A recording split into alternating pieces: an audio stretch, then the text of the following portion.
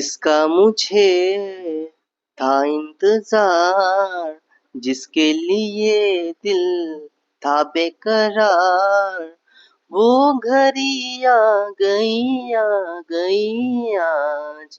पढ़ना है ऐसे कि एग्जाम पास हो जाना है, पढ़ना है ऐसे कि एग्जाम पास हो जाना है। सो स्टूडेंट्स, इसी इसी तरह से है, यही है कि आज हम लोग जिस चीज का इंतजार कर रहे थे, जिस वीडियो का इंतजार कर रहे थे, आपके सामने वो वीडियो आ चुका है ना। BHIC 131 का एग्जाम है आपका 26 तारीख को ना। आपके पास बहुत ही कम समय है, इसीलिए मैंने आप लोगों के लिए लाया ये वीडियो, जिसमें आप लोगों को मैं पूरा बुक रिवीजन करवाऊंगा। जो इम्पोर्टेंट मेन टॉपिक्स होंगे मैं उन टॉपिक्स को कवर करवाऊंगा। इसके बाद आपको एग्जाम में आपके नजर से एक भी क्वेश्चन बाहर नहीं जाएगा, है ना। इनसे बाहर कुछ भी आ ही नहीं सकते। आपको मैं टोटल इसको लगा के 3 वीडियो ऐसा दे रहा हूँ जो कॉन्सेप्ट क्लासेस है, जो कॉन्सेप्ट का है, जो इम्पोर्टेंट क्वेश्चन आंसर का है। सो इससे पिछले वीडियो में मैंने 2 इम्पोर्टेंट क्वेश्चन आंसर का वीडियो बनाया है। आप लोगों को मेरा तीनों वीडियो देखना है। अगर आपको मुझ पर बिलीव है तो आपको तीनों वीडियो देखना है, सभी क्वेश्चन को कवर करना है, समझना है, ये नहीं करना है याद करना है, समझना है। तो आज मैं जो आपको बुक समझा रहा हूँ बढ़िया समझना है, उन दोनों वीडियो को भी देख लेना, क्योंकि वो दोनों वीडियो को देखने के बाद ये समझना, ताकि जो भी छूट फूट हो वो आपको कवर हो जाए। ओके, सो चलिए हम लोग आज स्टार्ट करते हैं। पूरा बुक को रिवीजन करेंगे, एकदम सही तरीके से रिवीजन करेंगे, एक एक टॉपिक्स को ना, इम्पोर्टेंट जितने भी टॉपिक्स है उसे रिवीजन करेंगे। चलिए, अब मैं स्टार्ट करने से पहले आप लोगों को बता दूं, भैया आप लोग न्यू हो चैनल में तो आप लोगों को पता नहीं है कि सर कैसे पढ़ाते हैं, नहीं पढ़ाते हैं, सर के क्वेश्चन आते हैं नहीं आते हैं भैया। तो ये डाउट में हो तो भैया डाउट को भूल जाओ। ओके, भूल जाओ ये सब। कुछ देर रुको, पढ़ो, कैसा लग रहा है, अच्छा लगेगा तो रुकना, नहीं तो कोई दिक्कत, दूसरा वीडियो है ना। चैनल में बहुत सारे वीडियो, यूट्यूब में बहुत सारे लोग बहुत सारे चैनल्स में वीडियोस बनाए हुए हैं ना, तो कहीं भी जाके देख सकते हैं कि नहीं, कोई दिक्कत नहीं है। और अच्छा लगेगा तो चैनल को सब्सक्राइब जरूर कर देना, शेयर करना, वीडियो को ज्यादा से ज्यादा शेयर करना। ओके स्टूडेंट्स, चलिए अब मैं आपसे बात ये कहना चाहता हूँ कि ये जो है आपका इतिहास का बुक है, हिस्ट्री का बुक है। तो आपको पता है ना हिस्ट्री क्या होता है भैया, ये अतीत के बारे में बताता है। अतीत मतलब कुछ पुराने, है ना, भूतकाल के बारे में हमें क्या बताता है, जानकारी देता है। किसके बारे में, भूतकाल के बारे में। यानी कि आज से 100 साल, 200 साल, 500 साल, 1000 साल के वाले पहले वाली बातों को क्या करता है, हमें जानकारी देता है। तो यानी कि हमें जो भूतकाल का जानकारी देता है उसी को हम लोग क्या कहते हैं, अतीत कहते हैं, यानी कि इतिहास कहते हैं।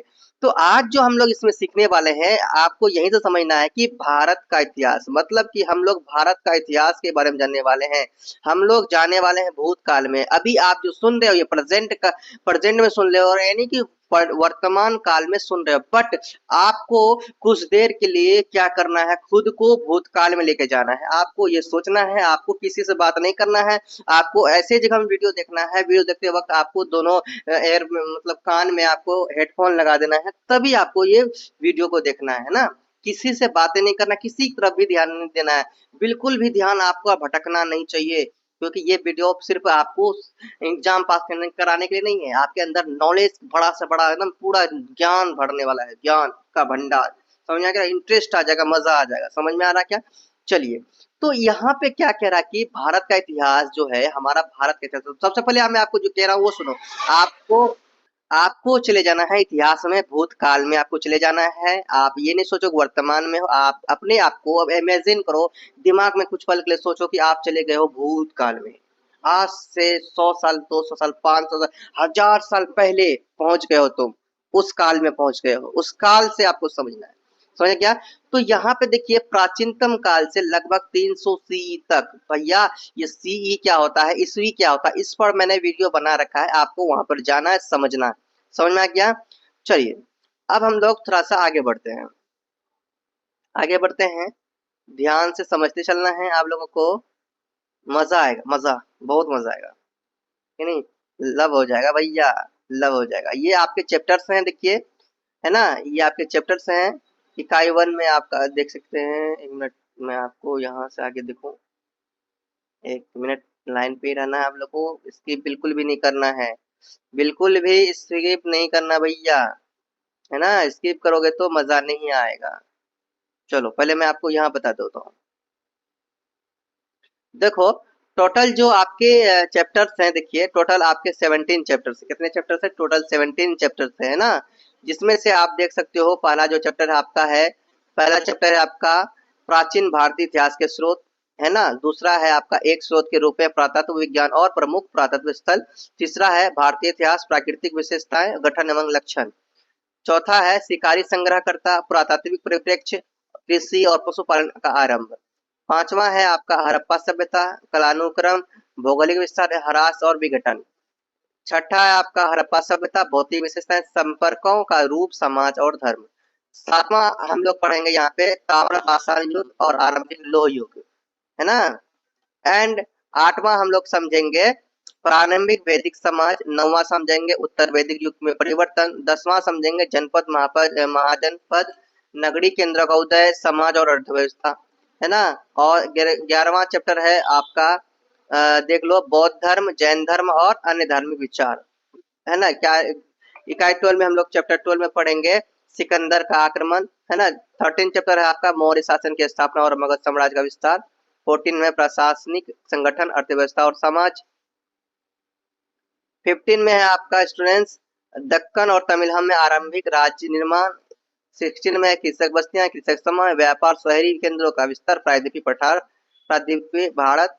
और 17 में आपका है स्टूडेंट्स लास्ट तमिल भाषा और साहित्य का विकास। तो ये सभी आपके चैप्टर्स हैं। आपने अभी तक क्या देखा? चैप्टर्स देखा। अब हम लोग चलते हैं एक एक करके सभी चैप्टर्स को देखना स्टार्ट करते हैं। ओके चलिए, सबसे पहले हम लोग फर्स्ट चैप्टर को देखेंगे। चलिए फर्स्ट चैप्टर क्या है देखिए यहाँ पर ध्यान से। सो स्टूडेंट्स ये आपका प्राचीन भारतीय इतिहास के स्रोत, ये आपका फर्स्ट चैप्टर है, देख सकते हैं। तो इसमें सबसे पहले हम लोग क्या सीखेंगे प्राचीन भारतीय इतिहास के कौन कौन से स्रोत हैं। इनमें से हम लोग ये जानेंगे कि प्राचीन भारत के इतिहास के बारे में जानकारी कौन कौन स्रोत से मिलते हैं, है ना। आखिर ऐसा क्या चीज है जिससे हमें प्राचीन भारतीय इतिहास के बारे में जानने को मिलता है। तो यहाँ पर देखिए आपको इनमें से सबसे पहले साहित्यिक स्रोत से आपको प्राचीन भारतीय इतिहास के बारे में जानने को मिलेगा। दूसरा पुरातात्विक स्रोत और तीसरा विदेशी वृत्तांत। ये तीन चीजों से आपको क्या मिलेगा? भारतीय इतिहास के बारे में प्राचीन इतिहास के बारे में प्राचीन भारतीय इतिहास के बारे में जानने को मिलेगा। समझ में आ गया? तो मैं आपको यहीं से ऐसे समझा दूंगा कि आपको पूरी तरह से दिमाग में रहेगा। तो साहित्यिक स्रोत की बात किया जाए, साहित्यिक स्रोत में क्या आता है ये आपको ध्यान में रखना है। साहित्यिक स्रोत वो होता है ना जिसमें किताब के माध्यम पुस्तक के माध्यम से ग्रंथ के माध्यम से आपको जानकारी मिलता है। तो यहाँ तो साहित्यिक स्रोत में आपको सबसे पहला है कि वैदिक साहित्य। तो वैदिक साहित्य के बारे में जानना है। तो वैदिक साहित्य क्या है भाई? वैदिक साहित्य देखो वेदों और उनसे संबंधित जो ग्रंथ होते हैं वो एक वेदों और उनसे संबंधित ग्रंथों का एक बड़ा सा विशाल संग्रह होता है। कौन होता है? वैदिक साहित्य। ठीक है, ग्रंथों और वेदों का विशाल संग्रह होता है जो हिंदू धर्म के प्राचीन ग्रंथ है, जिसमें जो हिंदू धर्म के प्राचीन ग्रंथ में भी है। जैसे कि प्राचीन ग्रंथ में सबसे पहला ग्रंथ की ओर बात किया जाए वो है ऋग्वेद, दूसरा है सामवेद, है ना, तीसरा यजुर्वेद और चौथा अथर्ववेद। ये सभी ग्रंथ कहाँ मिलेंगे? वैदिक साहित्य में ही मिलेंगे। तो इनसे हमें क्या मिलता है? और इनमें से कुछ और भी ग्रंथ मिलते हैं जैसे कि ब्राह्मण ग्रंथ आरण्य ग्रंथ, है ना। तो ये सब ग्रंथ भी इन्हीं में मिलते हैं। तो इनसे हमें क्या मिलता है? प्राचीन इतिहास के बारे में जानने को मिलता है। ओके, दूसरा है आपका कौटिल्य का अर्थशास्त्र। कौटिल्य का अर्थशास्त्र में क्या? तो कौटिल्य का क्या भाई? कौटिल्य एक चाणक्य है। कौटिल्य क्या है? चाणक्य है, विष्णुगुप्त है ना। ये कौटिल्य को ही विष्णुगुप्त चाणक्य बोला जाता है। चाणक्य का तो नाम सुने होंगे। तो चाणक्य के द्वारा रचा गया है ये अर्थशास्त्र। समझ में आ गया? अर्थशास्त्र एक महत्वपूर्ण ग्रंथ था प्राचीन काल का। समझेगा? प्राचीन काल में एक ऐसा ग्रंथ था, यह एक राजनीति अर्थशास्त्र और सामाजिक व्यवस्था पर लिखा गया था। ठीक है, राजनीति कैसा चलना चाहिए, किस तरह का राजनीतिक होना चाहिए, समाज में किस तरह का व्यवस्था होना चाहिए, राजा को राज करने के लिए क्या करना चाहिए, एक योग्य राजा कैसा होता है। तो ये अर्थशास्त्र में ही बताया गया है। समझा गया? और राज के कामकाज राज के कर्तव्य नागरिकों का अधिकार कैसा होना चाहिए, सच्चाई के मार्ग पर चलकर सफलता तक कैसे पहुंचा जा सकता है, ये सभी बात कौटिल्य के अर्थशास्त्र में बताया गया है। समझ में आ गया है? तो उसके बाद है क्या है? महाकाव्य। तो महाकाव्य के जरिए से भी हम लोग प्राचीन इतिहास भारतीय इतिहास के बारे में जानते हैं। तो महाकाव्य क्या है? तो दुनिया में दो महाकाव्य ऐसे हैं जो खास है। ठीक है, जो दो ही महाकाव्य का सबसे अधिक चर्चा होता है वो है आपका रामायण और महाभारत। पहला रामायण, दूसरा महाभारत। समझ आ गया? तो रामायण और महाभारत में ऐसा क्या बात है? तो देखो भाई महान कवियों ने इसे लिखा है जिससे कि वल रामायण को जो लिखा वो किसने लिखा, वाल्मीकि, महर्षि वाल्मीकि ने लिखा। बट आप देखो ये रामायण और महाभारत ये दोनों संस्कृत भाषा में लिखे गए हैं, किसमें, संस्कृत भाषा में दोनों लिखे गए हैं, है ना। तो ये रामायण और महाभारत की बात किया जाए तो सबसे पहले रामायण की रचना हुई थी, उसके बाद महाभारत की रचना हुई थी, समझ में आ रहा है। तो ये दो आपके महाकाव्य हैं। और बात करते हैं कि ये 2400 से अधिक श्लोक, इसमें रामायण की बात करते हैं अगर हम, तो रामायण में आपका 2400 से अधिक श्लोक है, समझ में गया, 2400 से अधिक क्या है, श्लोक है। और यह धर्म, नीति, प्रेम, न्याय, साहस और समर्पण के विषयों पर अधिक महत्व दिया है। इन सब चीजों का जानकारी इसमें मिलता है, समझ में गया। तो इससे भी हमें प्राचीन इतिहास के बारे में जानने को मिलता है, प्राचीन इतिहास का बहुत सारा जानकारी इसमें छिपा है। दूसरा आपका आता है इसमें महाभारत। देखो महाभारत एक धर्म राजनीति पर क्या है, धर्म राजनीतिक और पारिवारिक संबंध, है ना, सामाजिक संरचना के बारे में हमें क्या देता है, जानकारी देता है, समझ में गया। क्या देता है, जानकारी देता है। महाभारत के बारे में बात कर रहा हूँ मैं, महाभारत के बारे में बात कर रहा हूँ, तो जानकारी देता है। और महाभारत का जो कहानी स्टार्ट होता है, कहानी देखो इसमें द्वापर युग का कहानी है, द्वापर युग, ठीक है, द्वापर युग का कहानी, महाभारत में द्वापर युग का कहानी है, जिसमें आपको मिलेगा दो भाई, दो चचेरे भाई, यानी पांडव और कौरव, है ना, दो चचेरे भाई कौन, पांडव और कौरव, क्या भाई, पांडव, है ना, पांडव और कौरव, दो चचेरे भाई,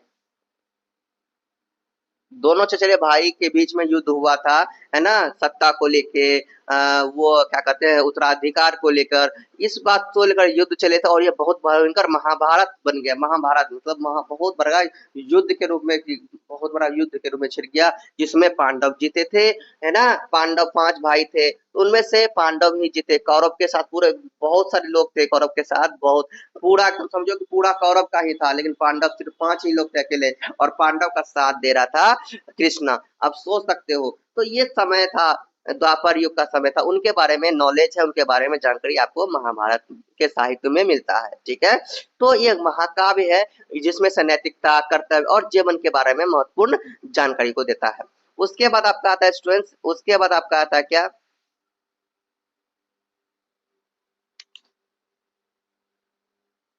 पुराण आता है, ठीक है। तो महाभारत के बारे में एक चीज और छूट गया था, महाभारत का जो रचयिता है उसको याद रख लेना, वो महर्षि वेदव्यास है। और रामायण और महाभारत के बीच में जो दूरी है वो 9 लाख के बीच में दूरी है, ठीक है। तो यानी कि रामायण जो बना था, रामायण रामायण की जो स्टोरी है वो 9 लाख पुराना है, किसका, महाभारत की तुलना में, ठीक है। इन दोनों महाभारत और रामायण की डिफरेंस किया जाए तो 9 लाख क्या कहते हैं, डिफरेंस है, 9 लाख साल, 9 लाख साल का डिफरेंस समझते हो। तो रामायण का जो रामायण जब ये हुआ था, रामायण जब बना था, रामायण का स्टोरी की बात करें, रामायण का जो स्टोरी है वो है आपका त्रेता युग का, ठीक है, त्रेता युग का स्टोरी है ना। वो कौन सा युग का है, रामायण का स्टोरी है वो त्रेता युग का, है ना, त्रेता युग का, भगवान राम का जो कहानी है त्रेता युग का है। और क्या कहते हैं, महाभारत में जो की कहानी है, महाभारत का जो कहानी है स्टूडेंट्स वो है आपका द्वापर युग का, महाभारत का कहानी द्वापर युग का है, यह बात याद रखना, समझ में आ रहा है। तो महाभारत का जो स्टोरी की बात करते हैं तो महाभारत 5000 साल पुराना है, लेकिन जो ये बात करते हैं 5000 साल पुराना महाभारत, ये जो लिखा गया था 5000 साल पहले लिखा गया था, बट ये स्टोरी जो कि समझो 5000 पहले का ही स्टोरी है, समझ में आ गया। और रामायण की बात करते हैं तो बहुत साल, मतलब समझ लो 9 लाख साल पहले की स्टोरी है, समझ आ गया। तो ये सब समझो बात को। अब दूसरा पुराण के बारे में हम लोग चर्चा कर रहे थे, क्या है भाई, पुराण के बारे में हम लोग चर्चा कर रहे थे, है ना, पुराण के बारे में हम लोग चर्चा करते थे। तो पुराण हिंदू धर्म के ग्रंथों का एक समूह है, पुराण क्या है, हिंदू धर्म ग्रंथों का एक समूह है जो प्राचीन आख्यानों, कहानियों और ऐतिहासिक विवरणों को संग्रह देता है।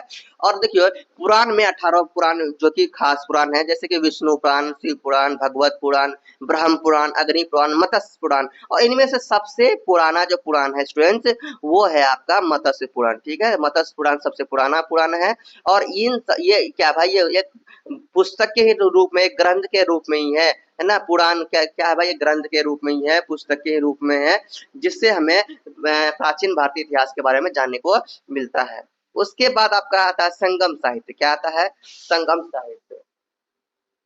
तो संगम साहित्य में आपका कविताएं के बारे में जानकारी प्राप्त होता है। इसमें कविताएं लिखाई जाती है, जिसमें से 2321 कविताएं संगम साहित्य में शामिल है। जो 473 कवियों ने क्या लिखा, संगम साहित्य को बनाया, समझा, कवियों ने मिलकर इनको लिखा, है ना। और तमिल भाषा में लिखे गए थे। जो संगम साहित्य है वो किस भाषा में लिखे गए थे, तमिल भाषा में लिखे गए थे, जिसमें सामाजिक, राजनीतिक और सांस्कृतिक जीवन के बारे में जानकारी मिलता है। ठीक है, जानकारी मिलती है। उसके बाद देखा जीवन वृत्तांत। तो भाई जीवन वृत्तांत तो समझते हो, जीवन के बारे में, जीवन के बारे में आपको, जैसे कि जीवनी हो, समझो जीवनी, जीवनी के बारे में, जीवनी से हमें पता चलता है कि पुराने प्राचीन इतिहास का क्या क्या है ना कहानी है, प्राचीन भारतीय इतिहास का क्या कहानी है ना। जीवन वृत्तांत समझते हो, याद रख लेना ना जीवन वृत्तांत को, कि जो जीवनी बताता है अपना, है ना, कि वो कहीं से आया, वो क्या किया लाइफ में, है ना, वो अपने बारे में क्या सीखा, तो ये जीवनी को बताता है जीवन जीवन वृत्तांत से। कविताएं की बात करते हैं तो देखो, कविताएं एक साहित्यिक विद्या, ये भी एक साहित्यिक विद्या, जिसे जिसे जिसमें एकदम सरल भाषा, जिसमें ये सरल भाषा कहते हैं, एक ऐसा विचार होता है, ऐसी भावना होता है कविता में, जिसके माध्यम से आपको एक इतिहास का पता चल जाता है।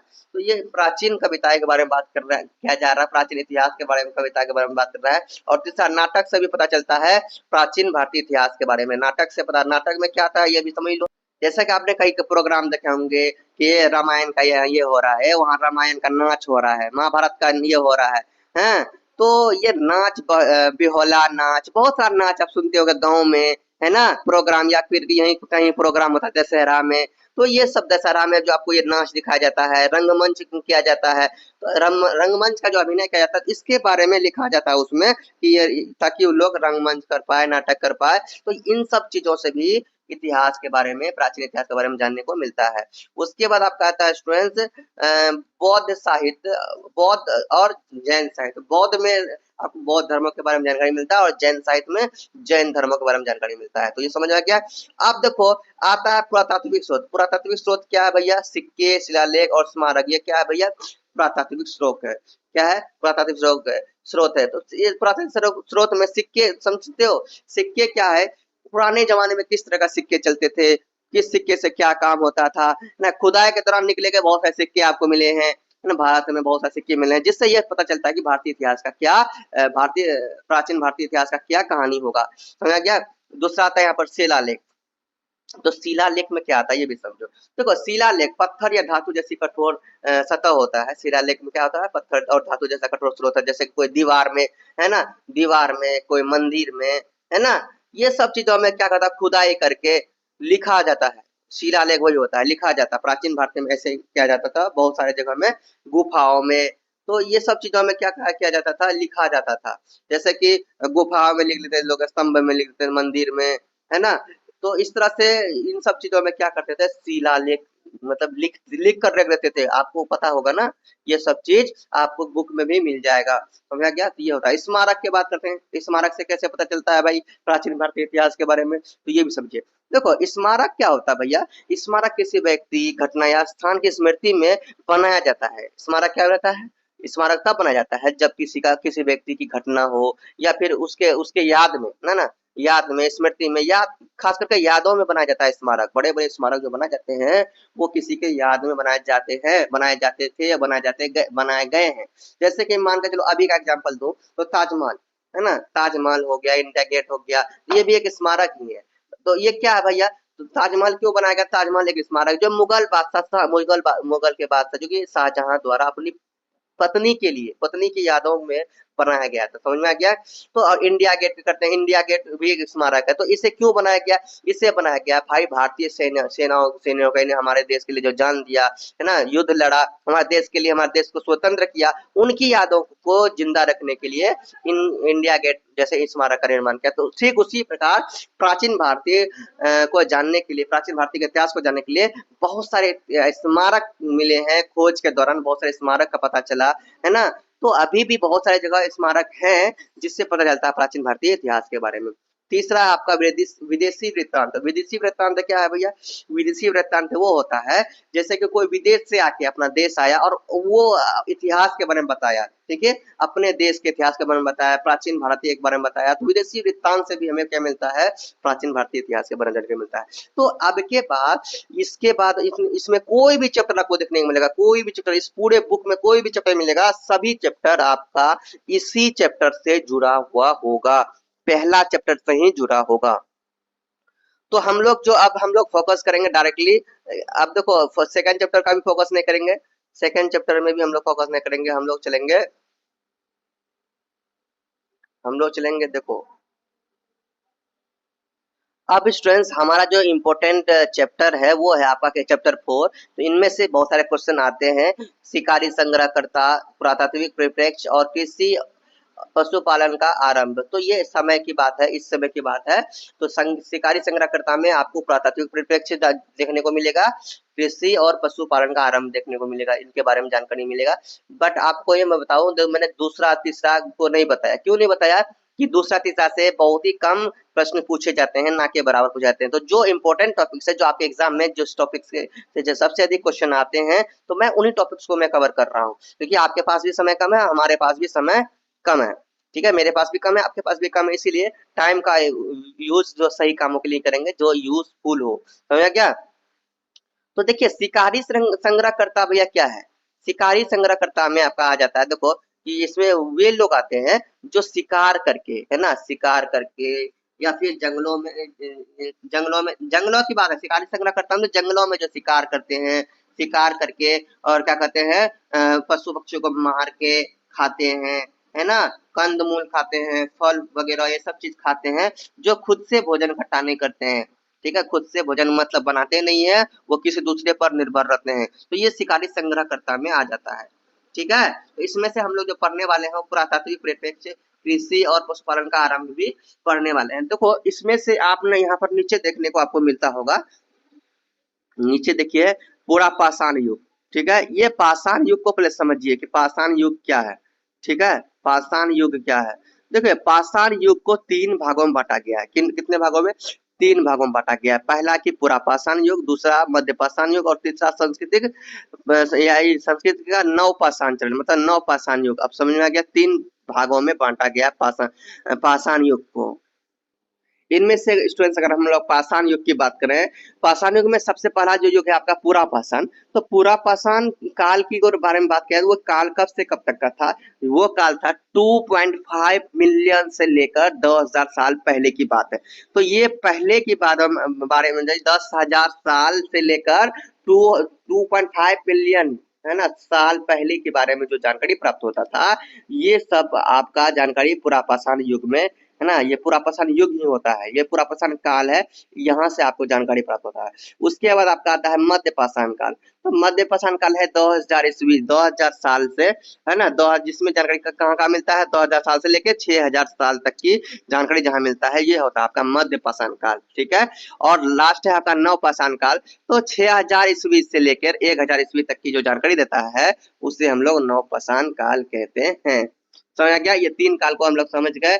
अब देखो यहाँ पे हम लोग देखेंगे कि पूरा पाषाण काल में, ठीक है, पूरा पाषाण काल में पूरा पाषाण युग के औजार, पूरा पाषाण युग की बस्तियां, जीवन यापन के तरीके किस तरह के थे, ये हम लोग अभी जानते हैं। चलिए अब हम लोग देखते हैं पूरा पाषाण युग के औजार। तो इस समय के औजार की अगर बात करें तो हस्त कुल्हाड़ी, खंडक, विदारनी, पत्थर के टुकड़े, ये सब के औजार हुआ करते थे। समझ में आ गया? तो इन सब चीजों का औजार बनाया करते थे। और पूरा पाषाण युग की अगर बस्तियां की बात करें तो इनमें से खानाबदोश जीवन थे, जैसा कि एक जगह से दूसरी जगह जाके मतलब भोजन जहाँ मिले वहीं पे जाके रहना, एक जगह से दूसरी जगह जाना, है ना, भोजन के तलाश में।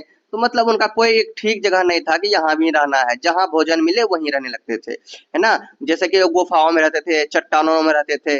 और इनकी जो बस्तियां, आपको भारत की बात किया जाए तो कश्मीर घाटी के दक्षिण पश्चिम में मिला, एंड लूनी नदी के आसपास के क्षेत्र में इनके बस्तियां मिली थी, एंड गुजरात के साबरमती में और नर्मदा नदी के मैकॉल पर्वत के पास भी इनकी बस्तियां पाई गई। समझे? खोज के दौरान जीवन यापन के अगर तरीके की बात करें किसकी, पूरा पाषाण काल की अगर जीवन यापन की जीवन यापन के तरीके की अगर बात करें तो शिकार करते थे, संग्रहण करते थे, जैसे कि फल जड़े अन्य खाद्य पदार्थों को इकट्ठा करके खाना। तो ये सब उसका जीवन यापन का तरीका था। जैसे आग का, उस समय पत्थर के औजार और आग का उपयोग करना सीख नहीं गया, सीख मतलब आग का उपयोग करना सीखा था।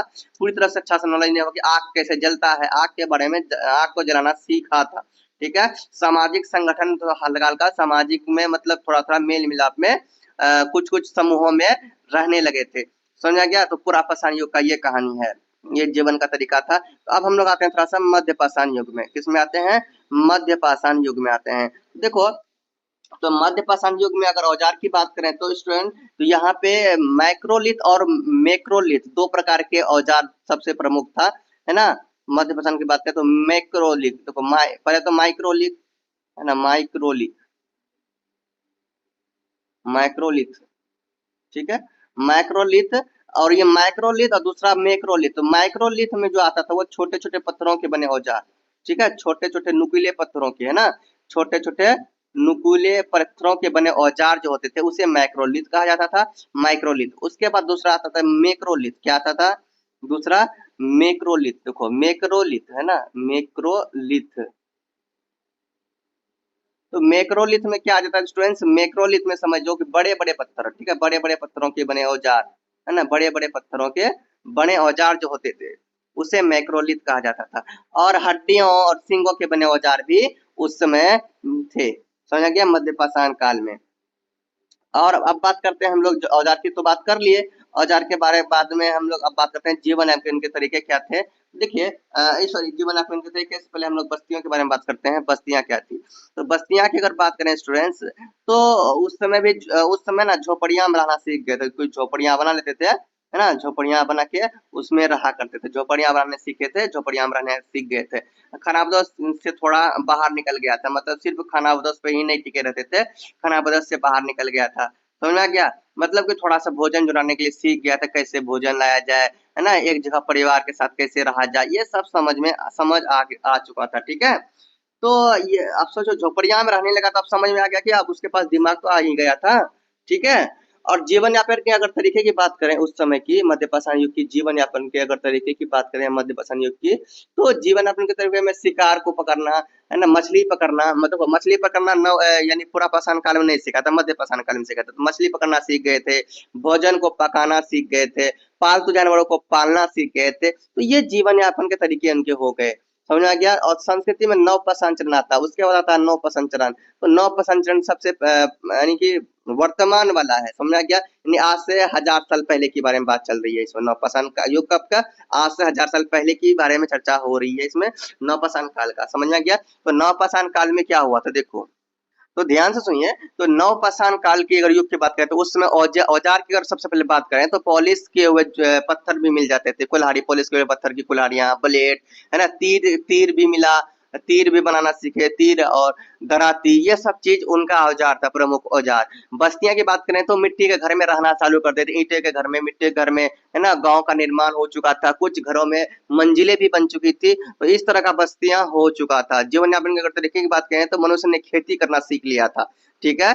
पशु पालना सीख लिया था, अस्थायी जीवन जीना सीख लिया था। तो ये आपका नवपाषाण में आता है। उसके बाद हम लोग चलते हैं नेक्स्ट चैप्टर। नेक्स्ट चैप्टर कौन सा है? अब इसमें जो इम्पोर्टेंट था मैंने आपको समझाया।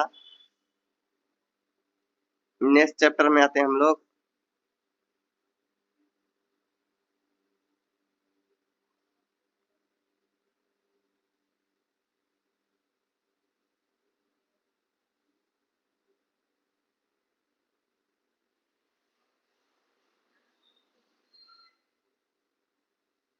अब आता है हमारा स्टूडेंट्स हड़प्पा सभ्यता। ठीक है। क्या आता है? हड़प्पा सभ्यता, कालानुक्रम, भौगोलिक विस्तार, ह्रास और विघटन। तो ये सब आपको यहाँ पे देखने को मिलेगा। तो हड़प्पा हड़प्पा सभ्यता क्या सीखेंगे? कालानुक्रम, क्या उसका काल, किस तरह का, कौन सा काल में क्या हुआ था हड़प्पा सभ्यता में, है ना। और भौगोलिक विस्तार, ह्रास और विघटन के बारे में इसमें से जानने को मिलेगा। देखिए, ह्रास सभ्यता क्या है भैया? सिंधु घाटी सभ्यता को ही ह्रास सभ्यता कहते हैं। सिंधु घाटी के पास जो जिस सभ्यता का निर्माण हुआ था, है ना, तो उस सभ्यता को हम लोग क्या कहते हैं स्टूडेंट्स, हड़प्पा सभ्यता के नाम से जानते हैं। यह एक कांस्य युगीन सभ्यता था जिसमें से सोने चांदी है ना तांबे का यूज सबसे अधिक हुआ करते थे, है ना। इस सभ्यता में बहुत अमीर अमीर लोग रहते थे। आपको क्या लगता था अभी के समय में लोग अमीर है? नहीं, उस समय में भी हड़प्पा सभ्यता एक बहुत ही खास सभ्यता था जिसे बहुत बड़े बड़े अमीर लोग रहा करते थे। ठीक है, तो आप समझते हो कांस्य युगीन था, समझ लो सोने चांदी का युग था, सब चीज सोना चांदी, हर चीज सोने चांदी का बना करता था वहां उस समय। ठीक है, तांबे का सोने का ये सब चीज का बना करता था, तो ये कांस्य युग था। अंडरस्टैंड। अब बात करते हैं स्टूडेंट्स, देखो अभी के आप लोगों ने नाम सुना होगा ना, पाकिस्तान, अफगानिस्तान, प्राचीन भारत के कुछ हिस्से ऐसे भी हैं जहां हड़प्पा सभ्यता जो हड़प्पा सभ्यता वही था। तो हाँ, ये जो हड़प्पा सभ्यता था वो पाकिस्तान और अ, अफगानिस्तान के पास ही था, सिंधु नदी के तट पर, है ना, सिंधु नदी के पास ही बना था अब हड़प्पा सभ्यता। तो चलो इसके नीचे हम लोग अब जाते हैं थोड़ा सा अंदर।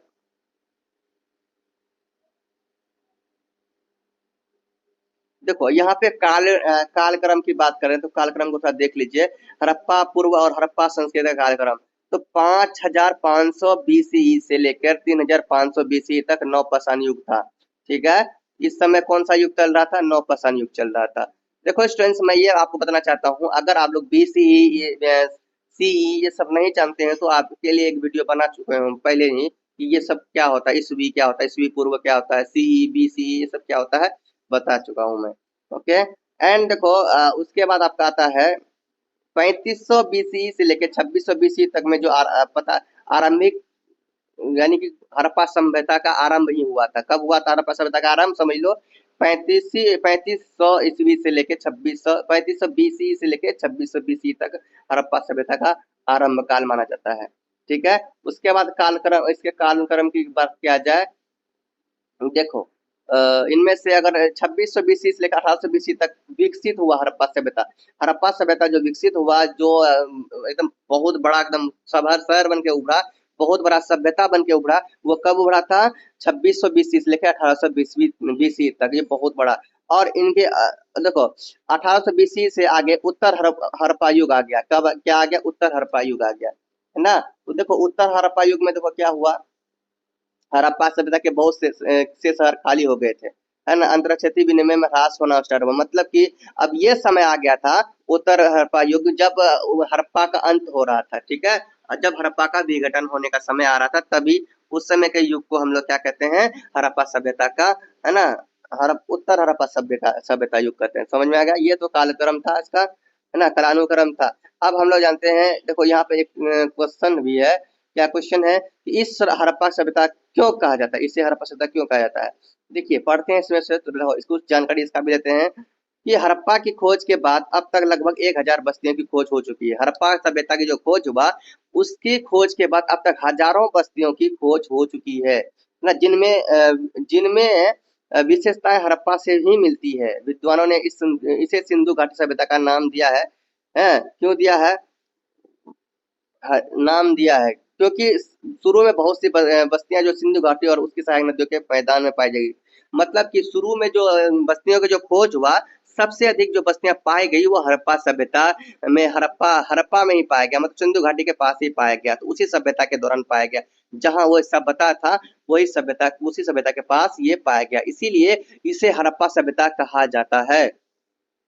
समझ आ गया? और आगे देखो यहाँ थोड़ा सा और भी पढ़ते हैं। पुरातत्ववेत्ता इसे हड़प्पा की सभ्यता ही कहना पसंद करते हैं। ऐसा इसलिए कि पुरातत्व विज्ञान में यह परंपरा है कि जब किसी प्राचीन संस्कृति का वर्णन किया जाता है तो उस स्थान से आधुनिक नाम पर संस्कृति का नाम रखा जाता है, जहां से उसके अस्तित्व का पता चलता है। देखो इसलिए इसे कहा जाता है हड़प्पा सभ्यता, और इसमें बहुत सारी बातें हैं। इसमें थोड़ा ये भी पढ़ लेते हैं, भौगोलिक विशेषताएं की बात करें तो आज के पाकिस्तान और उत्तर पश्चिमी भारत के क्षेत्र हड़प्पा की सभ्यता के प्रमुख क्षेत्र थे। इन क्षेत्रों में मौसम सूखा रहता था और वर्षा बहुत कम होती थी। फिर भी इन क्षेत्रों में कुछ महत्वपूर्ण अंतर है, जैसे पंजाब और सिंधु के क्षेत्र में सिंधु नदी के कछाड़ी मैदानों की प्रधानता है। इस प्रकार बलूचिस्तान के क्षेत्र में एक विशेषता है कि यह दुर्गम चट्टानी पहाड़ियां, उत्तर, है ना, चट्टानी पहाड़ियां और उत्तर पूर्वी बलूचिस्तान में घाटियों की तलहटी से यह अनुमान लगाया जा सकता है कि यहाँ खेती होती होगी, है ना? तो ये सब अनुमान लगाया गया। इस क्षेत्र में पशु, चारी तथा खानाबदोश जातियां भी रहती आई है। अभी भी मतलब बहुत सारे आदिवासी वहाँ पे मिला करते हैं, है ना? उस जगह में कहीं न कहीं पाए जाते हैं। जो हमें गुप्त है, जो हमें पता भी नहीं कि कहाँ क्या होगा, लेकिन अभी भी पुरानी सभ्यता का अभी भी कुछ वहाँ पे पूरी तरह से अंत, लोग कहता है कि अंत हो गया, नहीं, अभी भी कुछ ना कुछ वहाँ पे रहस्य मिलता ही है। ठीक है, जो गुप्त है, जो हमें नहीं दिख रहा है लेकिन है। अभी भी हड़प्पा सभ्यता है, बट हमें नहीं दिख रहा है। हड़प्पा सभ्यता के लोग अभी भी हैं, उनके पूर्वज अभी भी हैं, जो हमें नहीं पता है। समझ में आ रहा है? तो ये सब बहुत सारे रहस्य हैं। और यहाँ पे हुआ ये था, ये भी हुआ था कि जो कि खाना बदोश, यहाँ पे ये देखिए, खाना बदोशों जैसे कि जो एक जगह से दूसरी जगह जाके खाना जुटाते थे, तो भोजन जुटाते थे अपना जीवन यापन के लिए। खाना बदोश व्यापारियों, योद्धाओं और विभिन्न लोगों के लिए ये आने जाने के मार्ग भी बन गए थे, है ना? ये फायदा है। एक तरफ बलूचिस्तान के ऊपरी भागों के लोगों और सिंधु नदी के मैदानों में बसे लोगों और दूसरी तरफ ईरान में रहने वाले लोगों के बीच अंतर संबंध इस भौगोलिक विशेषता से जुड़ा हुआ प्रतीत होता है। समझ में आ गया? हड़प्पा सभ्यता की जलवायु और पहाड़, नदियां आदि तथा ईरान, है ना? ईरान और इसके सीमांत प्रदेशों की जलवायु और प्रकृति दृश्य में समानता होने के कारण विद्वानों ने यह अनुमान लगाया कि इन क्षेत्र में कृषक समुदाय अभ्युदय मोटे तौर पर एक ही काल में हुआ होगा। तो ये सब बातें हैं, कृषि की शुरुआत और बसे हुए गांव, इनमें से हम लोग ये नहीं करेंगे। जो इम्पोर्टेंट है, आरंभिक हड़प्पा काल। देखो स्टूडेंट्स, मैंने क्वेश्चन में आप लोगों को बता दिया था कि आरंभिक हड़प्पा काल क्या है ना? तो ये सब दक्षिण अफगानिस्तान, ये सब आपको ना बता दिया हो, है ना? आप लोग अगर नहीं देखे हैं वीडियोस, देख लीजिए। जो कंसेप्ट क्लास है जिसमें क्वेश्चन आंसर करवाया है वो वीडियो देख लीजिए, क्योंकि मैं टाइम वेस्ट नहीं करना चाहता हूँ। जो आपको मेन मेन टॉपिक है मैं वो बता रहा हूँ। देखिए स्टूडेंट्स, यहाँ से भी क्वेश्चन आते हैं आकस्मिक ह्रास के सिद्धांत पर। देखो इनमें से कि आपका यही क्वेश्चन बनता है कि हड़प्पा सभ्यता का पतन कैसे हुआ, हड़प्पा सभ्यता का अंत कैसे हुआ, विघटन कैसे हुआ हड़प्पा सभ्यता, अलग अलग प्रकार से क्वेश्चन पूछे जा सकते हैं। तो ये मैंने करवा चुका है, मैंने करवा दिया है क्वेश्चन आंसर में। तो आप लोग सबसे पहला वीडियो जरूर देखिए। आप लोग प्लेलिस्ट चैनल प्लेलिस्ट देखिए, है ना? प्लेलिस्ट पे जाइए, प्लेलिस्ट जाने के बाद आपको BHIC 131 का वीडियोस मिलेगा ना, उन वीडियो को पूरा देखिए। तो 2-3 वीडियो जो है वो पूरा वीडियो को जरूर देखिए। ठीक है, चलिए हम लोग आगे बढ़ते हैं। स्टूडेंट्स, आपका नेक्स्ट चैप्टर है हड़प्पा सभ्यता की। इसमें भौतिक विशेषताएं, संपर्कों का रूप, है ना, और समाज का धर्म, तो इसमें से ये देखने वाले हैं। तो यहाँ पे जो सबसे पहला टॉपिक आपको पढ़ने को मिलेगा वो है गांव से कस्बों और नगरों की ओर। इसमें से क्या है, चलिए हम लोग देख ही लेते हैं। यहाँ पे आपने जो देखा कि यहाँ पे देखने को आपको क्या मिल रहा है, गांव के कस्बों और नगरों की ओर। देखो इसमें क्या रहस्य है भाई, इसमें क्या बातें छुपा हुआ है। देखो, जैसे मान के चलो कि आप गांव में रहते हो, सपोज दैट आप गांव में रहते हो, आप शहर क्यों जाते हो? आपके गांव के लोग शहर क्यों जाते हैं? कमाने के लिए, जहाँ अच्छा पैसा हो, जहाँ बिजनेस सही से कर पाए, है ना? तो कमाने के सिलसिले में लोग गांव से कस्बों की ओर जा रहे थे। तो हड़प्पा सभ्यता में ऐसे ऐसे शहर बन चुके थे जहाँ पे लोग बहुत अच्छा से जीवन यापन कर सकता था, अच्छा से कमा सकता था, अपना घर आजीविका चला सकता था। तो ऐसे ऐसे मतलब इस चीज का मतलब शहर का निर्माण हो चुका था, नगरों का निर्माण हो चुका था। तो इनमें से पढ़िए, यहाँ पर लिखा हुआ है हड़प्पा। हड़प्पा सभ्यता में बड़े बड़े नगरों की मौजूदगी उसका एक महत्वपूर्ण पहलू है। इसका अर्थ यह है कि उस समय कुशल कारीगर थे, है ना? दूर तक व्यापार होता था। समाज में धनी और निर्धन दोनों ही तरह के लोग रहते थे, और राजा राजा भी हुआ करते थे हड़प्पा सभ्यता में। वे विशेषताएं आमतौर पर सभी सभ्यताओं में पाई जाती है, किंतु हड़प्पा सभ्यता की अपनी कुछ अलग ही विशेषताएं थी। हड़प्पा सभ्यता के अवशेष जिस भौगोलिक क्षेत्र में पाए जाते हैं, उस क्षेत्र में रहने वाले समुदाय एक ही लिखित लिपि का प्रयोग कर रहे होते हैं। मतलब कि हड़प्पा सभ्यता में ऐसा राइटिंग का यूज किया गया था जो एक ही तरह का दिखता था, एक ही तरह का होता था। ठीक समझ में आ गया? थोड़ा सा भी डिफरेंस नहीं। और हड़प्पा सभ्यता के ही लोग उनसे पर समझ पाते थे। हम लोग अभी उन राइटिंग को समझ नहीं पाते हैं। अभी समझने की कोशिश किया जा रहा है कि उन समय का क्या राइटिंग था, क्या रहस्य था, क्या सेक्रेट था, समझने की कोशिश किया जा रहा है। बट जल्दी समझ नहीं आ रहा था कि हड़प्पा सभ्यता में किस राइटिंग का यूज किया गया था। समझ आ रहा है? आगे, हड़प्पा का कोई भी समुदाय, भले ही उस समय वह राजस्थान में था या पंजाब में, है ना, या सिंध में, तो नाप तोल के लिए एक एक ही तरह के बांट और तराजू के इस्तेमाल किया करता था। नाप तौल के लिए भी क्या क्या करता था, एक ही तरह के तराजू और बाट का क्या करता था, इस्तेमाल करता किया करता था। ठीक है, तो ये सब समझिए थोड़ा थोड़ा सा हड़प्पा सभ्यता के स्रोत, इनमें से हम लोग कुछ नहीं पढ़ेंगे।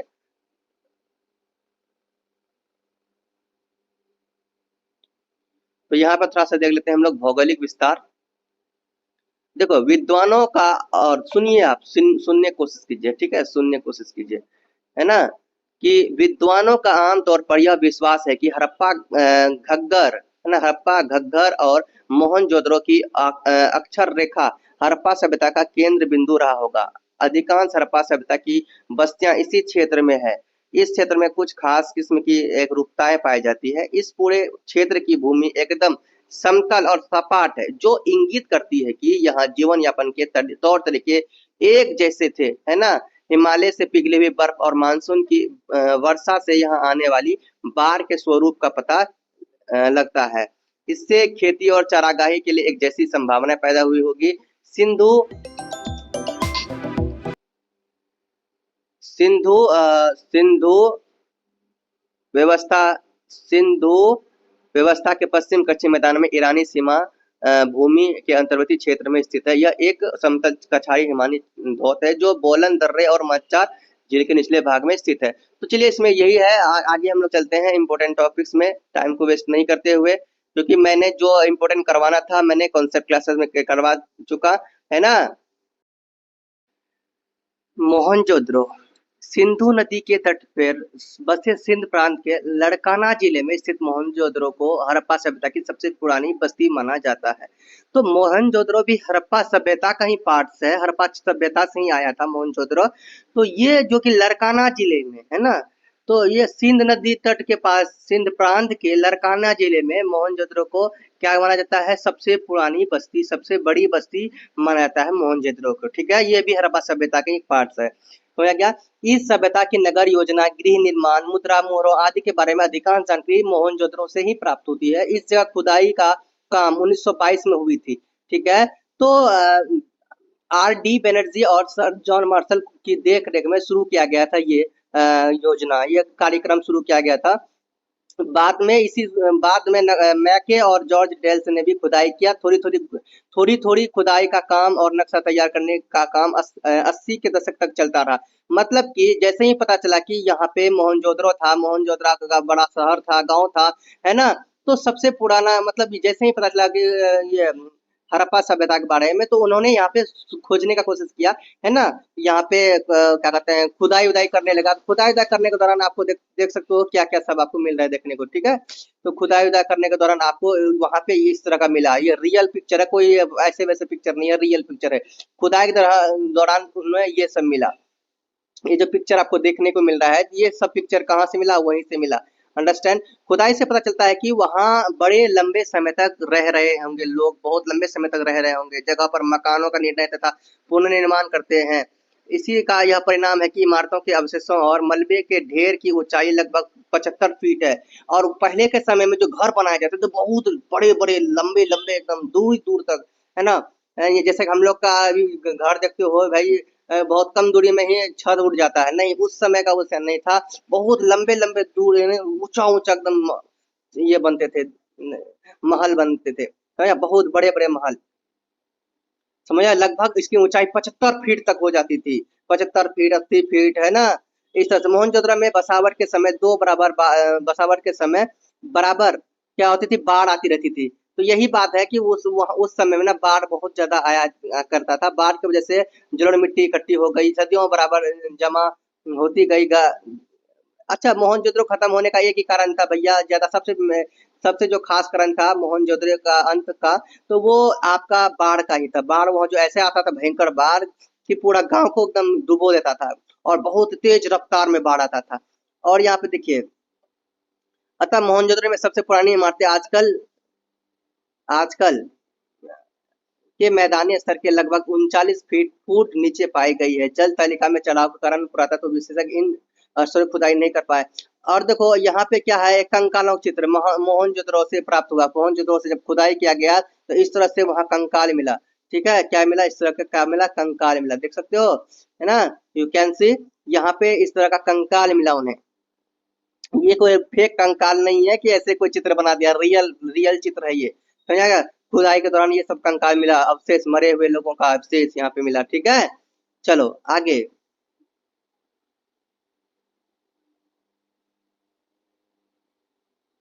अब यहाँ पे थोड़ा सा हम लोग बात करते हैं कुछ विशाल इमारतें कर। हड़प्पा, मोहनजोदड़ो और कालीबंगन में किले के क्षेत्रों में बड़ी विशाल इमारतें थी, जिनका प्रयोग विशेष कार्यों के लिए किया जाता होगा, है ना। तो यह तथ्य इस बात से स्पष्ट होता है कि ये इमारतें कच्ची ईंटों से बनी ऊंचे ऊंचे चबूतरों पर खड़ी हो गई थी। इनमें से एक इमारत मोहनजोदड़ो का प्रसिद्ध विशाल स्नान कुंड है।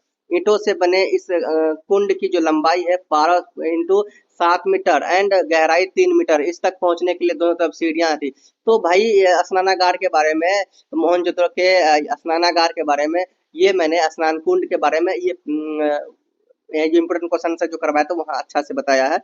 चलिए हम लोग आगे बढ़ते हैं और बात करें अगर चित्र की, तो आप लोग यहाँ पर चित्र देख सकते हैं। इस तरह था, इस तरह का चित्र था स्नानागार का।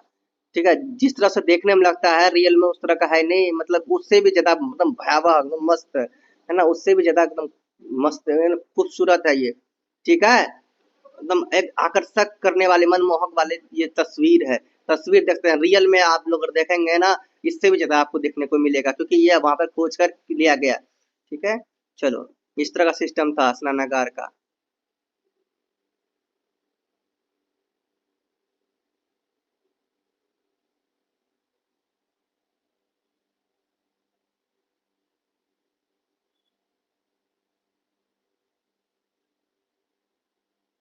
अब हड़प्पा सभ्यता में थोड़ा जीवन के बारे में चर्चा भी कर लेते हैं कि हड़प्पा सभ्यता की शहरी आबादी कृषि उत्पादन पर निर्भर करती थी। ठीक है, विभिन्न स्थानों पर की गई खुदाई के दौरान हड़प्पा सभ्यता के लोगों की आहार संबंधी आदतों के बारे में वृहद जानकारी प्राप्त हुई है। ऐसा लगता है कि भेड़ और बकरी के अलावा कुबड़दार मवेशियों को भी पाला जाता था उस समय। बहुत सी बस्तियों में सुअर, भैंस, हाथी, ऊंट की हड्डियां भी पाई गई है। अभी अभी तक यह निश्चित नहीं है कि जानवर पाले जाते थे या उनका शिकार किया जाता था, ये कहना कठिन है ना। फिर भी कुछ मोहरत का सुसज्जित हाथी के चित्र में यह संकेत मिलता है कि इस जानवरों को पालतू बना लिया गया था, है ना। मुर्गों की हड्डियां भी पाई गई है, संभवतः उन्हें पालतू बना लिया गया था। जंगली जानवरों की हड्डियां भी बड़ी तादाद में पाई गई वहां पे। ठीक है, उनमें से हिरन, गेंडे, कछुए आदि की हड्डियां भी शामिल है। हड़प्पा काल में लोग घोड़ों घोड़ों के विषय में शायद नहीं जानते थे। अच्छा, हड़प्पा काल में घोड़ों का ये नहीं हुआ था, अधिक विकसित घोड़ों का, घोड़े के बारे में लोग उतना जानते ही नहीं थे। ठीक है, तो हड़प्पा काल में घोड़े के बारे में नहीं कुछ जिक्र बताया गया है। हड़प्पा सभ्यता के बस्ते में गेहूं की दो किस्में अधिक पाई जाती थी, जो कि जो काफी बार पाई गई है। तो उस समय जो गेहूं की खेती पाई जाती थी उनमें जौ भी पाई जाती थी। अन्य फसलों की अगर बात करें तो खजूर, फलदार पौधे की किस्में भी शामिल है ना। पौधे किस्में जैसे मटर, उनके मटर भी है। तो ये सब उस समय पाए गए थे। तो ये कालीबंगन के खांचेदार खेत के प्रमाण मिले हैं। कालीबंगन में सब प्रमाण मिला, बहुत सारी जगह में प्रमाण मिला। ठीक है, अब हम लोग आगे बढ़ते हैं स्टूडेंट्स।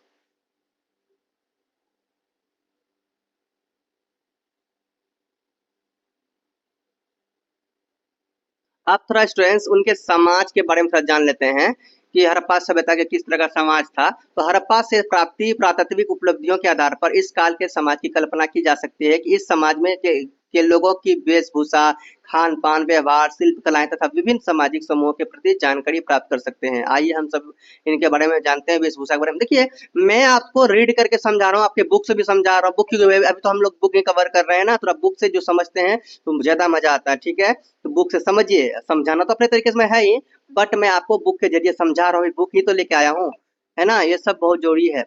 चलिए, तो यहाँ वेशभूषा की बात करते हैं कि हड़प्पा वासी देखने में कैसे लगते थे। इस प्रश्न का उत्तर इस काल में की पकी हुई मिट्टी से बनी हुई मूर्तियों तथा पाषाण शिल्प से अध्ययन से मिलती है। पाषाण शिल्प के अध्ययन से मिलती है इनकी जानकारी प्राप्त करने का। एक अन्य और तरीका है हड़प्पा बस्तियों में खुदाई की प्रांत कंकालों का अध्ययन हो सकता है। अब देखो यहाँ पे वेशभूषा के बारे में अगर पता किया जाए, तो यहाँ पे देखिए बताया गया है, कंकालों के अध्ययन से ज्ञात होता है कि हड़प्पा के लोग वर्तमान उत्तर भारत के निवासियों जैसे दिखते थे। अभी जो जिस तरह से उत्तर भारत में जो निवासी हैं, जो जो लोग दिखते हैं, जैसे उसका चेहरा है, जैसे रंग है, उसी तरह के लोग होते थे। है ना। वो हड़प्पा सभ्यता में, हड़प्पा के समय में लोग, उनके चेहरे, रंग, रूप, लंबाई में इन क्षेत्रों के वर्तमान में निवासियों के काफी कुछ समानता दिखती है ना। का आधुनिक नर नारियों में भी की भांति वे पैंट शर्ट अथवा सलवार कमीज नहीं पहनते थे। हम उनके पहनावे और फैशनों का अनुमान उस काल की शिल्प प्रथा तथा पक्की मिट्टी की बनी मूर्तियों के अध्ययन से लगा सकते हैं। पुरुषों को बहुआ ऐसे पहनावे में दिखाया गया है जिससे उनके शरीर का निचला भाग लपेटा रहता था, है ना। तो वस्त्र का एक सिरा बाएं कंधे से लेकर दाएं बाजू से के नीचे, देखते हैं इसमें से कोई तस्वीर। ये देखो वेशभूषा में कुछ जेवर इस तरह के हुआ करते थे, यहाँ पे देखिए कुछ जेवर इस प्रकार के हुआ करते थे, ये चित्र आप लोग देख सकते हैं, है ना। तो वो जो पहनते थे, जिस तरह से अभी सांस्कृतिक लोग पट्टी बांधते हैं और अलग सा कपड़ा जो पहनते थे अच्छा मूवी वूवी देखे होगे ना, सीरियल उरियल देखे होगे ना, तो मूवी वूवी में देखे होगे कभी मोहनजोदड़ो का कोई ऐतिहासिक स्टोरी देखना, जिस तरह ऐतिहासिक स्टोरी में कपड़े उपड़े पहनते हैं ना, सेम उसी प्रकार पहनते थे। समझ में आ गया, ये बात आप दिमाग में रख लो। खान पान की और बात किया जाए, वो लोग क्या खाते थे ये भी देखिए। तो खान पान की बात किया तो वे क्या खाते थे, इस संदर्भ में बहुत कम जानकारी पता प्राप्त हुआ है कि सिंध और पंजाब में हड़प्पा निवासी गेहूं और जौ खाते थे। बताओ, उस समय के बारे में पता ये चला है कि राजस्थान में रहने वाले लोगों को केवल जौ से ही संतुष्ट होना पड़ता था। गुजरात के रैंकपुर, सुरकोतरा आदि स्थानों के हड़प्पा निवासी चावल और बाजरा खाना पसंद करते हैं थे। उसके बाद आइए ये देखने का प्रयास किया जाए कि प्रोटीन और चर्बी युक्त भोजन कहाँ से प्राप्त करते थे। वे तेल और चर्बी तिल और सरसों तथा संभवतः घी से ही प्राप्त करते थे। हमें इस बात की जानकारी नहीं है कि वे गन्ने की खेती करते थे या नहीं करते थे। अतः चीन के विषय में हमारे पास जानकारी नहीं है। संभव है कि वे अपने खाने को मीठा बनाने के लिए शहद का उपयोग करते थे। खाने को मीठा बनाने के लिए चीनी तक पहले गन्ना का खेती था या ना था कहना कठिन है, बट गन्ना खेती ना कि नहीं होगा कि हमारे ख्याल से भी नहीं होगा। तो वो लोग चीनी के रूप में शहद का प्रयोग करते थे खाने में, क्या समझे, शहद का प्रयोग करते थे। हड़प्पा स्थलों से मिलने वाली अन्ना और खजूर के बीजों से यहाँ के लोग फल की प्राथमिकता का पता चलता है। वे केले, अनार, खरबूजा, नींबू, अंजीर तथा आम भी खाते थे। ऐसा प्रतीत होता है कि वे विभिन्न प्रकार के जंगली फलों का भी सेवन करते थे, है ना। वे लोग जंगली फलों का भी सेवन करते थे, लेकिन उन फलों की पहचान करना अत्यंत कठिन है। वे मटर भी खाते थे ना। इसके अतिरिक्त हड़प्पा निवासी मांसाहारी भोजन का भी शौक रखते थे, मांसाहारी भोजन भी खाते थे। वे मछली, दूध तथा दही की भी सेवन करते रहे होंगे, लेकिन ना तो उन्हें चाय का ज्ञान था और ना ही आलू के चिप्स का। क्या आप स्वयं को इसका कारण ढूंढ सकते हैं। सही बात है, उस समय क्या पता चलेगा भाई कि चाय कैसा होता है, चाय पत्ती कैसा होता है, नहीं, चाय पत्ती चाय नहीं पी रहे होंगे, और ना ही कोई आलू चिप्स ये सब चीज का कोई नॉलेज उस समय नहीं था। अब यहाँ पे आता है भाषा एवं लिपि, ठीक है। हड़प्पा सभ्यता में भाषा एवं लिपि की बात करें तो वे कौन सी भाषा बोलते थे, क्या लिखते थे, पढ़ते थे, इसकी भी हमें स्पष्ट जानकारी है नहीं है। हम केवल हड़प्पा निवासियों की लिपि को खोज सके हैं, जैसा कि पहले कहा जा चुका है। मैंने आपको पहले ही बताया था कि उनका जो भाषा क्या था, लिपि क्या था, उनके बारे में सही से जानकारी नहीं मिला है, ठीक है। सही से जानकारी नहीं मिला कि उसका राइटिंग किस तरह का था, लेकिन फिर भी ये कहा जाता है कि संस्कृत भाषा का यूज किया करता था वो लोग। समझ में क्या है, संस्कृत भाषा ही बोला करते थे, संस्कृत में ही लिखा करते थे, इतना तो पता है। आगे अब हमारा आता है नेक्स्ट चैप्टर, ताम्रपाषाण युग तथा आरंभिक लौह युग। तो ताम्रपाषाण युग से भी क्वेश्चन आता है और आरंभिक लौह युग से भी क्वेश्चन आता है। इनमें से जो नीचे आप लोग देखिए कि कहाँ से क्वेश्चन ज्यादा आते हैं, ये देखिए आपका आएगा क्वेश्चन, यहाँ से आ सकता है ताम्र भंडारों की समस्या में। तो यह ताम्र भंडारों की काले एवं मृद भंडार की संस्कृति से, तो इसमें मृद भंडार वाला आपको पढ़ना है। चलिए हम लोग देखते हैं थोड़ा थोड़ा पढ़ के।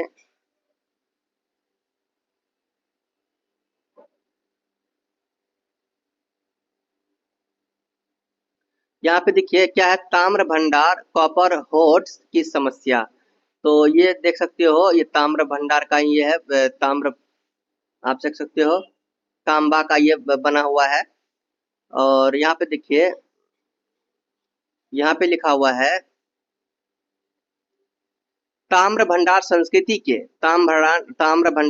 के संबंध प्रथम ताम्र वस्तु ताम्र मत्स्य भाला 1822 में ही कानपुर जिले के बिठूर नामक स्थान पर प्राप्त हुआ। तब से लेकर अब तक 85 विभिन्न क्षेत्रों में लगभग 1,000 ताम्र भंडारों में मिली है। देखो ये वहां पे पता चला, सोच लो कानपुर जिले में ये चीज मिला है, ताम्र का भंडार मिला। तो यार तब से लेकर 85 विभिन्न क्षेत्रों में भी ये खोजा जा चुका।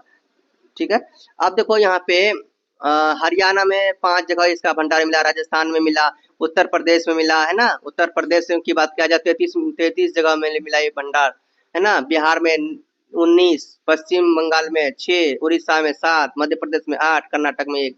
तो ये सब वहां पे इसका भंडार मिला। आगे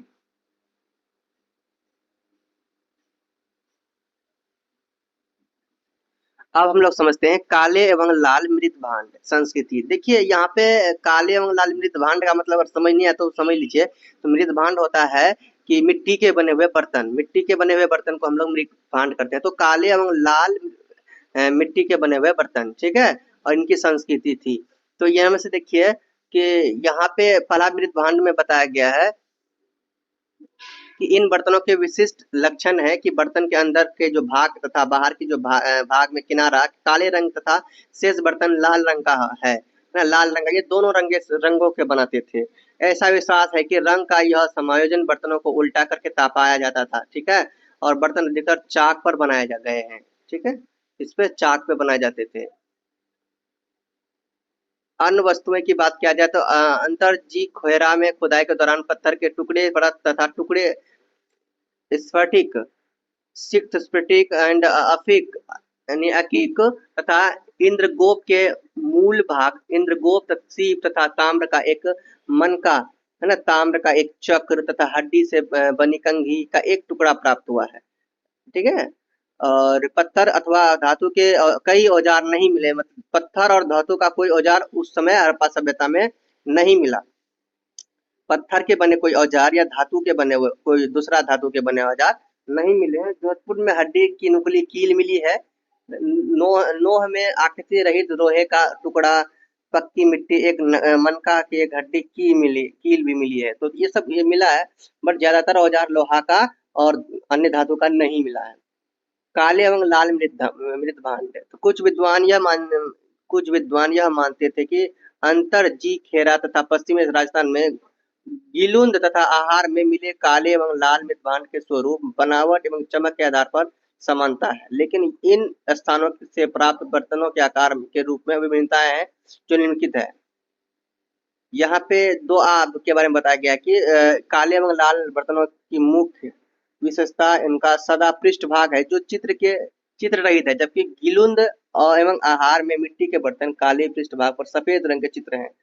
देखिए इनमें से मृत भांड में थोड़ा सा बस मृत भांड के बारे में आपको चर्चा किया जाएगा, ज्यादा कुछ पूछा नहीं जाएगा। एंड चित्रित धूसर मृत भांड, ये चित्र है कौन सा, चित्रित धूसर मृत भांड का चित्र है संस्कृति का।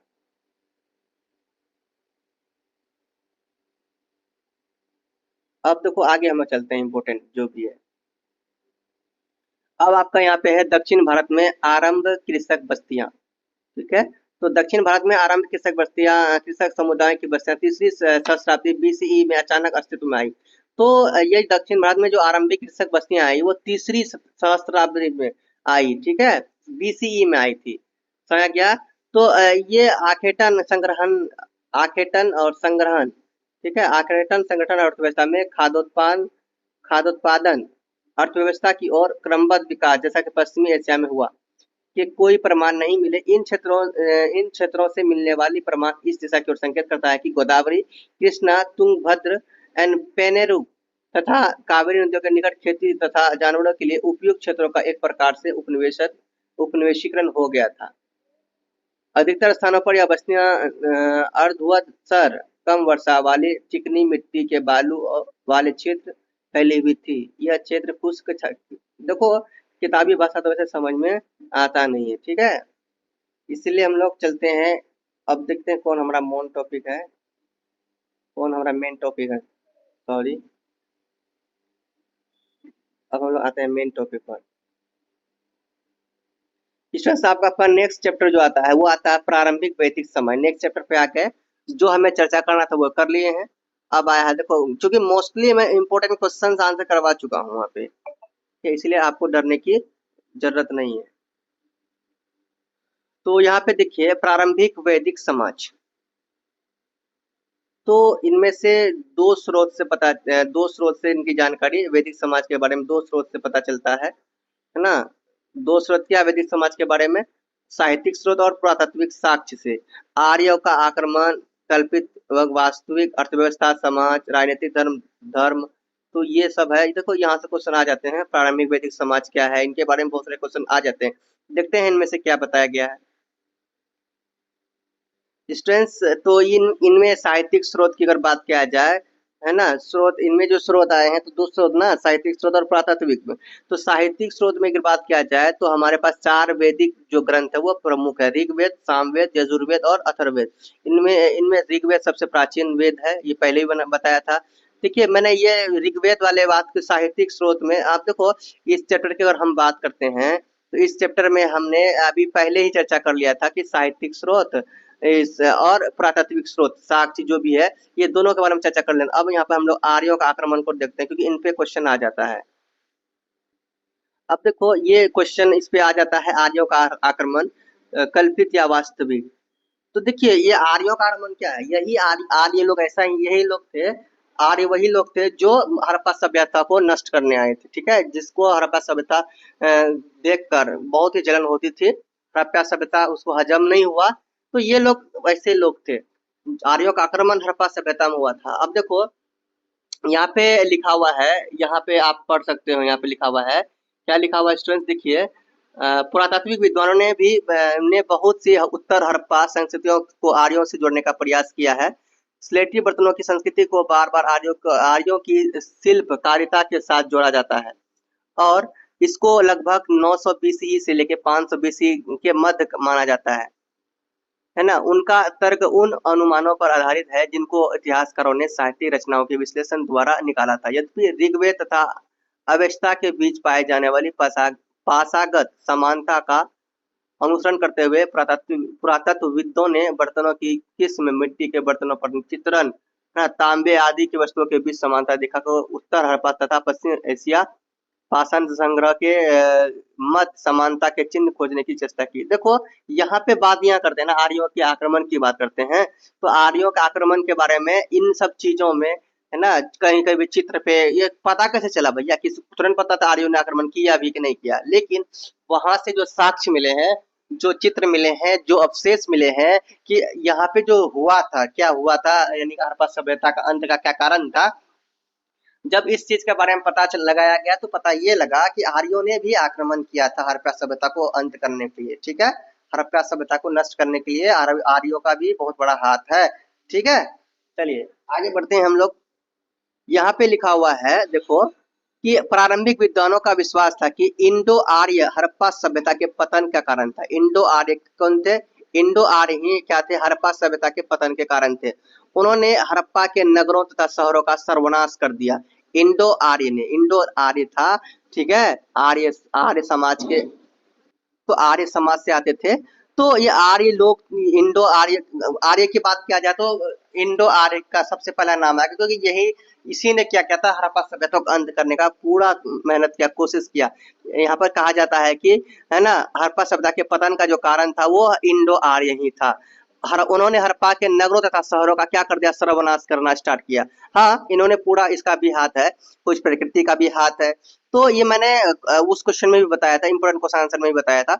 उन्होंने ऋग्वेद के उन श्लोकों का उद्धृत किया जिसमें इंद्र को कीलों के निवासी नष्ट करने वाला बताया गया, लेकिन पुरातात्विक साक्ष्य इस तथ्य की पुष्टि नहीं करते हैं कि हड़प्पा कालीन सभ्यता का पतन इसलिए हुआ कि उस पर किसी बाहरी शक्ति ने व्यापक आक्रमण किया। देखो कहीं कहीं सिर्फ ये बात कहा जा रहा है कि आर्यों ने आक्रमण किया, आर्यों के इंडो आर्य ने हड़प्पा सभ्यता का पतन किया, लेकिन फिर ये जो पुरातात्विक जो साक्ष्य हैं ये इस बात पर नहीं ये कर रहे हैं, सेटिस्फेक्शन नहीं दिला रहे हैं, ये इस बात पर वो वेरीफाई नहीं कर रहे हैं, इस बात पर वो टिक नहीं है कि भैया ये हड़प्पा ने ही इसे खत्म किया, ये हड़प्पा नहीं, इंडो आर्य ने ही इसे खत्म किया है, समझा गया है। तो कोई बाहरी शक्ति ने खत्म किया, तो इस चीज पर ये पूरी तरह से ये नहीं है, ठीक है। अब यहाँ पे लिखा हुआ है चित्रित धूसर मृद भांड के प्रयोग करने वालों का को आर्यों से जोड़ने के प्रयास को पुरातात्विक साक्ष्य भी प्रमाणित नहीं करते हैं। अगर यहाँ लिखा हुआ है, अगर मृत भांड संस्कृतियां आर्यों के विषय में सूचित करती है तो उनके आक्रमण की अवधारणा को मस्तिष्क में रखते हुए मृत भांड बहावलपुर तथा पंजाब में भी मिलने चाहिए, क्योंकि आर्यों का स्थानांतरण का रास्ता भी यही था ना। देखो, कहने का मतलब ये है कि अगर आर्यों ने ऐसा किया तो आर्यों ने ऐसा किया तो और भी कहीं दूसरी जगह क्यों नहीं कर दिया, पंजाब में, बहावलपुर में ना, और भी कहीं दूसरी जगह क्यों नहीं किया, है ना।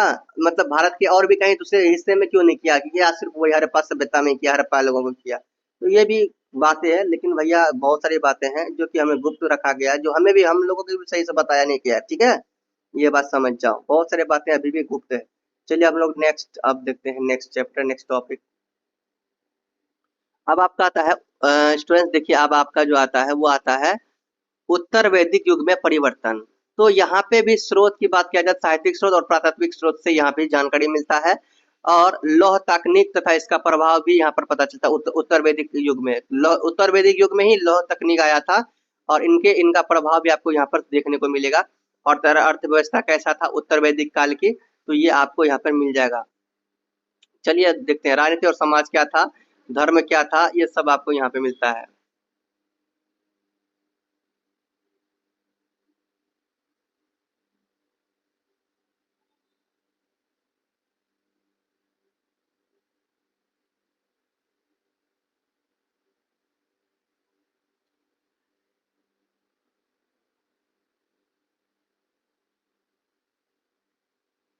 स्टूडेंट, साहित्यिक स्रोत की अगर हम लोग बात करते हैं तो इनमें से वही आ जाता है वेद वाला बात, ठीक है। तो वेद वाली बात हम लोगों ने बहुत सारी बार कर लिया। अगर साहित्यिक स्रोत में अगर कोई बात चल रहा है यहाँ पे, तो हर चैप्टर में वेद के बारे में ही बताया जा रहा है, तो वेद के बारे में हम लोगों ने सही से समझ चुका, ठीक है। हम लोगों ने सही समझा वेद क्या होता है, वेद कितने प्रकार के होते हैं। वेद हम लोग अभी पहले भी चर्चा कर चुके हैं। तो इनमें सभी, तो मैंने क्या बोला था स्टार्टिंग में, कि जितने भी चैप्टर्स होंगे फर्स्ट चैप्टर से ही रिलेट किए होंगे, फर्स्ट चैप्टर से ही मिले हुए होंगे सभी चैप्टर से आप बुक के, है ना। फर्स्ट चैप्टर अगर समझ में आ गया तो सभी चैप्टर उसी तरह है, उसी का थोड़ा, है ना, खींच उच के बात को बढ़ा दिया गया है। यानी फर्स्ट चैप्टर को अगर समझ गए तो पूरा समझ लो, समझ गए। हम लोग इसको छोड़ के आगे बढ़ते हैं। लौह तकनीकी, देखिए इस पर स्टूडेंट्स अगर बात किया जाए, इनमें से साहित्यिक स्रोत की और क्या कहते हैं प्राथमिक स्रोत की बार बार हम लोग चर्चा कर चुके हैं। तो ये हर चैप्टर में वही हो रहा है, वही हो रहा है, वही हो रहा है, ठीक है। तो फर्स्ट चैप्टर से ही बार बार मैं यही कह रहा हूँ ना, फर्स्ट चैप्टर से ही कनेक्टेड है सभी चैप्टर्स यहाँ पे, सभी चैप्टर्स फर्स्ट चैप्टर से कनेक्टेड। फर्स्ट चैप्टर कंप्लीट है तो सभी चैप्टर कंप्लीट है। अब बात यह करते हैं कि लौह तकनीकी तथा इसका प्रभाव, ये क्वेश्चन कई बार पूछे गए हैं, पूछे जाते हैं, यहाँ से क्वेश्चन आते हैं। तो लौह तकनीक उत्तर वैदिक काल में लौह तकनीक क्या हुआ था, इनके बारे में समझिए, इसका क्या प्रभाव हुआ था। तो ये मैंने अच्छा से करवाया है क्वेश्चन आंसर, तो वहां जरूर जाके मतलब समझिए, इसका क्वेश्चन आंसर सही से करवाया है, इससे क्वेश्चन भी आते हैं। तो जाइए आप लोग ये वीडियो जरूर देखिए, डिस्क्रिप्शन में भी लिंक आपको मिल जाएगा अगर आपको टेंशन है खोजने का तो। चलिए यहाँ थोड़ा सा मैं आप लोगों के लिए पढ़ूं। उत्तर वैदिक काल के ऐतिहासिक साक्ष्यों से यह धारणा बनती है कि घुमक्कर पशुपालक समाज के एक अस्थायी समाज में परिवर्तित हो रहा था। यह पहले भी बताया जा चुका है कि स्थायी रूप से खेती करने के लिए वनों एवं गंगा के दोआब और साफ करने के लिए लोहे की कुल्हाड़ी का भी प्रयोग किया गया है। इस ऐसा समझा जाता है कि लोहे के नोक वाले हल एवं कुदाल ने कृषि यंत्रों की क्षमता को बढ़ाया, जिससे कृषि के कार्यों का क्या हुआ, फैला हुआ। इसलिए विद्वानों का मत है कि लोहे के प्रयोग ने कृषि अर्थव्यवस्था और विकसित करने, है ना, कृषि व्यवस्था और उसे विकसित करने में पूरा योगदान दिया। देखो, लोह जैसे ही आया उत्तर वैदिक काल में, जैसे ही लोह आया, लोह आने से क्या हो गया, बड़े बड़े कारखाने बनने लगे, लोह का प्रयोग युद्ध के कामों में भी होने लगा।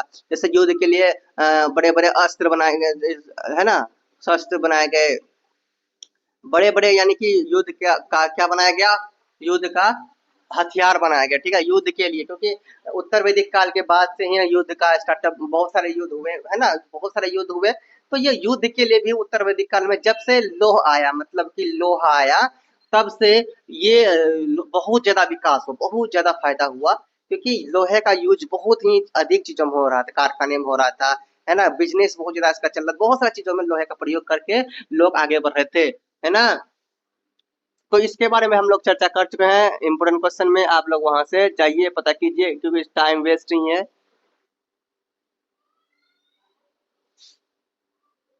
स्टूडेंट्स हम बात ये करते हैं मैंने जो है कि इम्पोर्टेंट क्वेश्चन का, ठीक है, मोस्ट इम्पोर्टेंट क्वेश्चन का दो पार्ट करवाया था। दो पार्ट, पहला पार्ट मैंने क्वेश्चन आंसर जो करवाया है, पहला पार्ट में बहुत सारे व्यूज आ चुके हैं, आप लोग चेक कीजिएगा, बहुत सारे व्यूज आए हैं।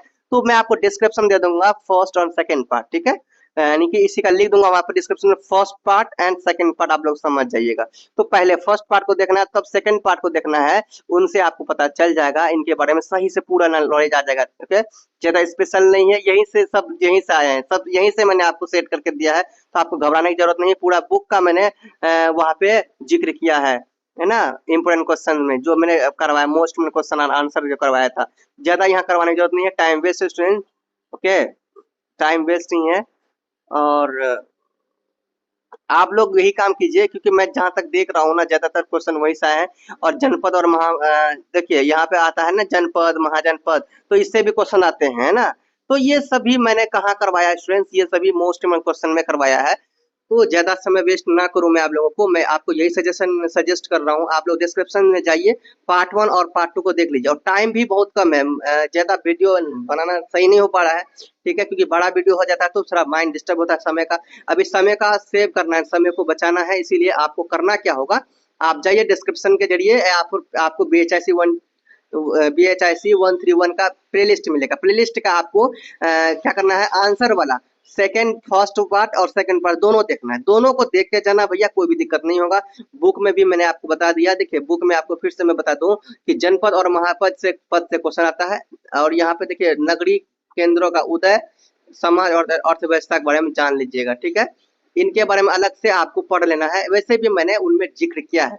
पीडीएफ के लिए मैं आपको फिर से बताता हूँ, पीडीएफ के लिए मैंने टेलीग्राम में पीडीएफ दिया है, पार्ट 2 का पीडीएफ मैं फ्री बिल्कुल विदाउट लॉक का दिया है, ठीक है, पीडीएफ जो दिया है, पीडीएफ में पार्ट 2 का पीडीएफ बिल्कुल फ्री दिया है, जिसमें मैंने कोई भी पासवर्ड का यूज नहीं किया, कोई भी पासवर्ड नहीं लगाया, ठीक है।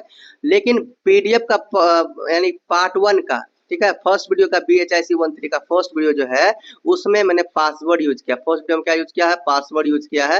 जो पासवर्ड लेने के लिए आपको आना पड़ेगा इंस्टा में, इंस्टा का भी आपको देखो, प्राइमरी प्रेम 1 आप सर्च करोगे इंस्टा में, वो भी आ सकते हो। यहाँ पे डिस्क्रिप्शन में आपको इंस्टा का लिंक मिलेगा, वहां से आप इंस्टा में पहुंच सकते हो। तो पासवर्ड के लिए आपको इंस्टा में आना होगा, और टेलीग्राम में, टेलीग्राम का लिंक आपको यहाँ पे डिस्क्रिप्शन में मिल जाएगा, तो वहां पे जाइए। तो मैंने जो इनका दो पीडीएफ बनाया है, दोनों पीडीएफ डाउनलोड कीजिए, और फर्स्ट पीडीएफ का पासवर्ड के लिए आप इंस्टा में आइए, ठीक है। तो ये सभी वही स्टूडेंट्स, सभी आपके बुक से ही मैंने ये करके लिया है, इसीलिए मैं जहां तक देख रहा हूँ कि टाइम वेस्ट हो रहा है, तो मैं अब छोड़ देता हूँ स्टूडेंट, ठीक है, मैं छोड़ देता हूँ। अब कुछ आप लोग थोड़ा ना बुरा नहीं मानना, क्योंकि टाइम बहुत ही कम है, और मैं इनमें अगर उलझता हूँ तो ज्यादा समय वेस्ट हो जा रहा है। तो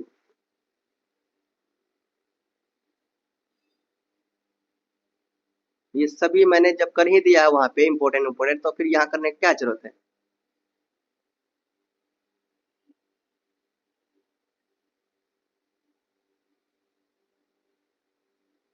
आपको फिर बता देता हूँ क्वेश्चन कहाँ कहाँ से पूछे जाते हैं।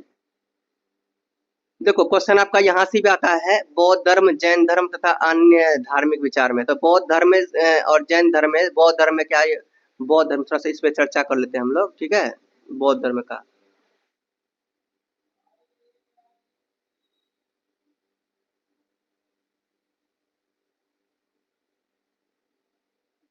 देखो जब भी बौद्ध धर्म की चर्चा किया जाएगा स्टूडेंट्स, ये समझना कि बौद्ध धर्म को किसने बनाया, गौतम बुद्ध ने। बौद्ध धर्म का स्थापना किसने किया, गौतम बुद्ध ने किया। जब भी बौद्ध धर्म के बारे में चर्चा किया जाएगा, दिमाग में सेट कर लेना है कि ये बुद्ध भगवान बुद्ध जो गौतम बुद्ध जो है, गौतम बुद्ध से ही यह चर्चा किया जाएगा, गौतम बुद्ध के समय का ही ये बात होगा, ये समझ लेना दिमाग में।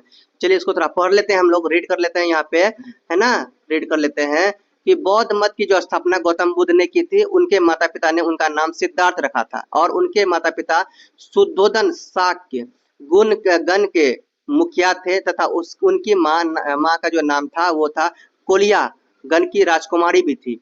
उनका जन्म नेपाल की तराई में स्थित लुम्बिनी में नामक स्थान पर हुआ था, गौतम बुद्ध का, ठीक है। उनका जन्म नेपाल के कहाँ हुआ था, तराई में स्थित लुम्बिनी गांव में हुआ था, ओके। उसके बाद बात ये करते हैं, यह जानकारी हमें अशोक के एक स्तंभ लेख के द्वारा हमें मिलती है। बुद्ध की वास्तविक जन्म तिथि विवाद विवाद का विषय वस्तु, परंतु अधिकतर विद्वानों द्वारा इसको लगभग 566 BCE में माना गया है ना, BCE में माना गया। यद्यपि उनका जीवन शाही ठाठ बाट में व्यतीत हो रहा था, लेकिन यह गौतम के मस्तिष्क को आकर्षित करने में असफल रहा। पारंपरिक स्रोतों के अनुसार एक बूढ़े आदमी, एक बीमार व्यक्ति, एक मृत शरीर तथा एक सन्यासी को देखकर उन्हें बहुत दुख हुआ, है ना। मानव जीवन के दुखों ने गौतम पर गहरा प्रभाव डाला। और देखिए, अगर आप ना गौतम बुद्ध का स्टोरी अगर आप सर्च करेंगे तो बहुत सारे स्टोरीज आपको मिलेंगे यूट्यूब में। समझ में आ रहा है? तो ये स्टोरी एक बार देखना चाहते हैं तो देख सकते हैं। हम लोग आते हैं मेन टॉपिक पर। इसी प्रकार कुछ दिखते थे भगवान बुद्ध। समझ में आ रहा है? इसी प्रकार कुछ दिखते थे। ये चित्र है, चित्र बताया गया बुद्ध के बारे में।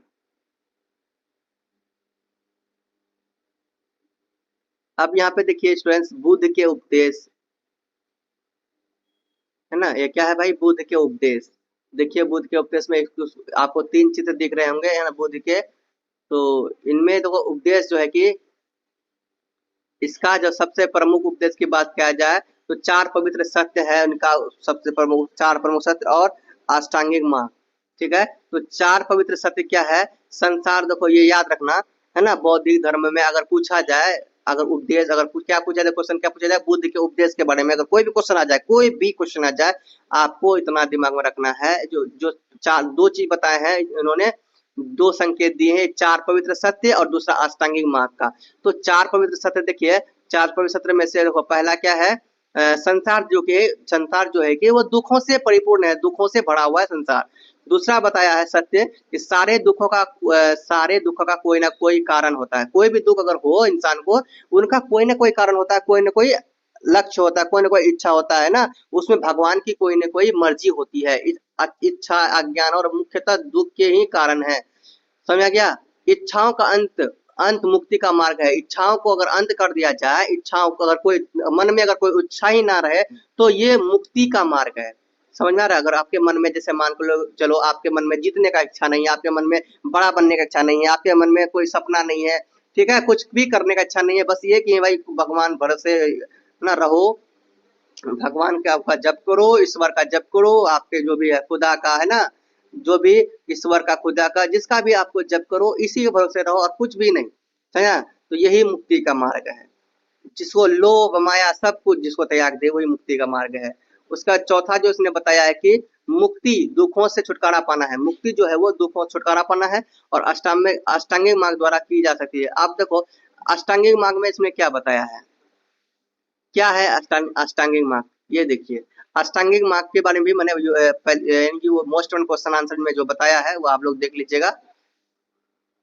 अष्टांगिक मार्ग में निम्नलिखित सिद्धांत शामिल है। पहला है कि सम्यक दृष्टि। पहला क्या है? सम्यक दृष्टि। इसका अर्थ यह है कि इच्छा के कारण ही इस संसार में दुख का व्याप्त होता है। मतलब इच्छा का परित्याग ही मुक्ति का मार्ग है। तो पहला है कि सम्यक दृष्टि, यानी कि अगर इसमें ये कहा जाए कि इंसान अगर इच्छा को त्याग दे तो इच्छा ही उसका दुख का कारण बन जाता है। हम किसी चीज का इच्छा देखते हैं, मान के चलो कि हम चाहते हैं कि आज हम आसमान में उड़ने लगे, ठीक है, आसमान में हम उड़ने लगे, उड़ने का हम लोग इच्छा रख लिया है। अब ये इच्छा हमारा पूरा नहीं हो रहा है, चलो तो छोड़ो, ये सब छोड़ो, हम इच्छा रख रहे हैं कि 2 लाख का मोबाइल यूज करें, ठीक है, 2 लाख का मोबाइल यूज करें, 5 लाख का यूट्यूब के लिए बैकग्राउंड बनाया है ना, डिजिटल बोर्ड लगाया, ये इच्छा है। अब ये इच्छा हमारा पूरा नहीं हो रहा भैया, क्योंकि अभी मेरे पास पैसा नहीं है, ठीक है, मेरे पास उस तरह का कुछ भी साधन अवेलेबल नहीं है, मेरे पिताजी नहीं है, घर की सारी जिम्मेदारी मुझ पर है, मैं सिर्फ यूट्यूब पर भी निर्भर हूँ। अब सोच सकते हो मेरे पास अभी कुछ नहीं है, क्या मेरा ये इच्छा है कि नहीं है? मैंने, मेरा एक इच्छा है और ये इच्छा भी हमारा दुख का कारण हुआ है कि नहीं हुआ? क्योंकि आप हमें कुछ इच्छा ही नहीं होता, चलो ठीक है पापा जी चले गए, हमको इच्छा ही नहीं करते हैं, जो होगा देखा जाएगा। तो ये आपका क्या है? दुख का ये है, परित्याग हो गया। अब हम टेंशन ही जब नहीं ले रहे हैं तो ये दुख का परित्याग है ना।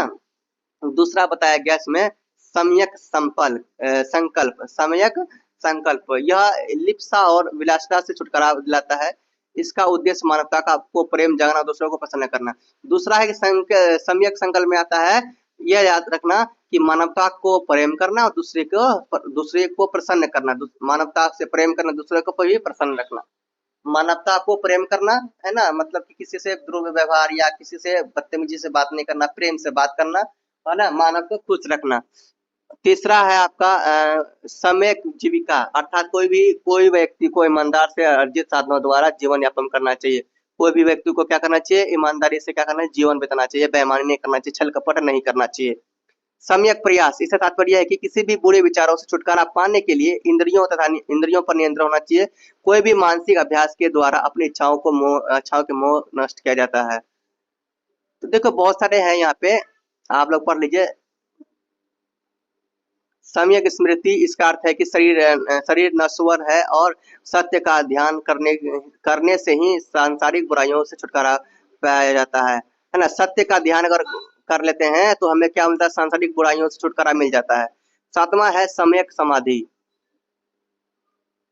इसका अनुसरण करने से पहले शांति प्राप्त होगी। ध्यान से ही वास्तविक सत्य का प्राप्त किया जाता है। वास्तविक सत्य, जो भी सत्य है वो हमें ध्यान से ही प्राप्त होता है। देखिए देखो अष्टांगिक मार्ग के 4 अष्टांगिक मार्ग टोटल, देखो प्रमुख जो है कि वो 4 अष्टांगिक मार्ग है, जिन्हें मैंने बताया है आप लोगों को मोस्ट इंपोर्टेंट क्वेश्चन आंसर में। तो इनका वीडियो आप लोग देखिए, बहुत जरूरी, मैं बार बार कह रहा हूँ कि ये वीडियो आप लोग देखिए।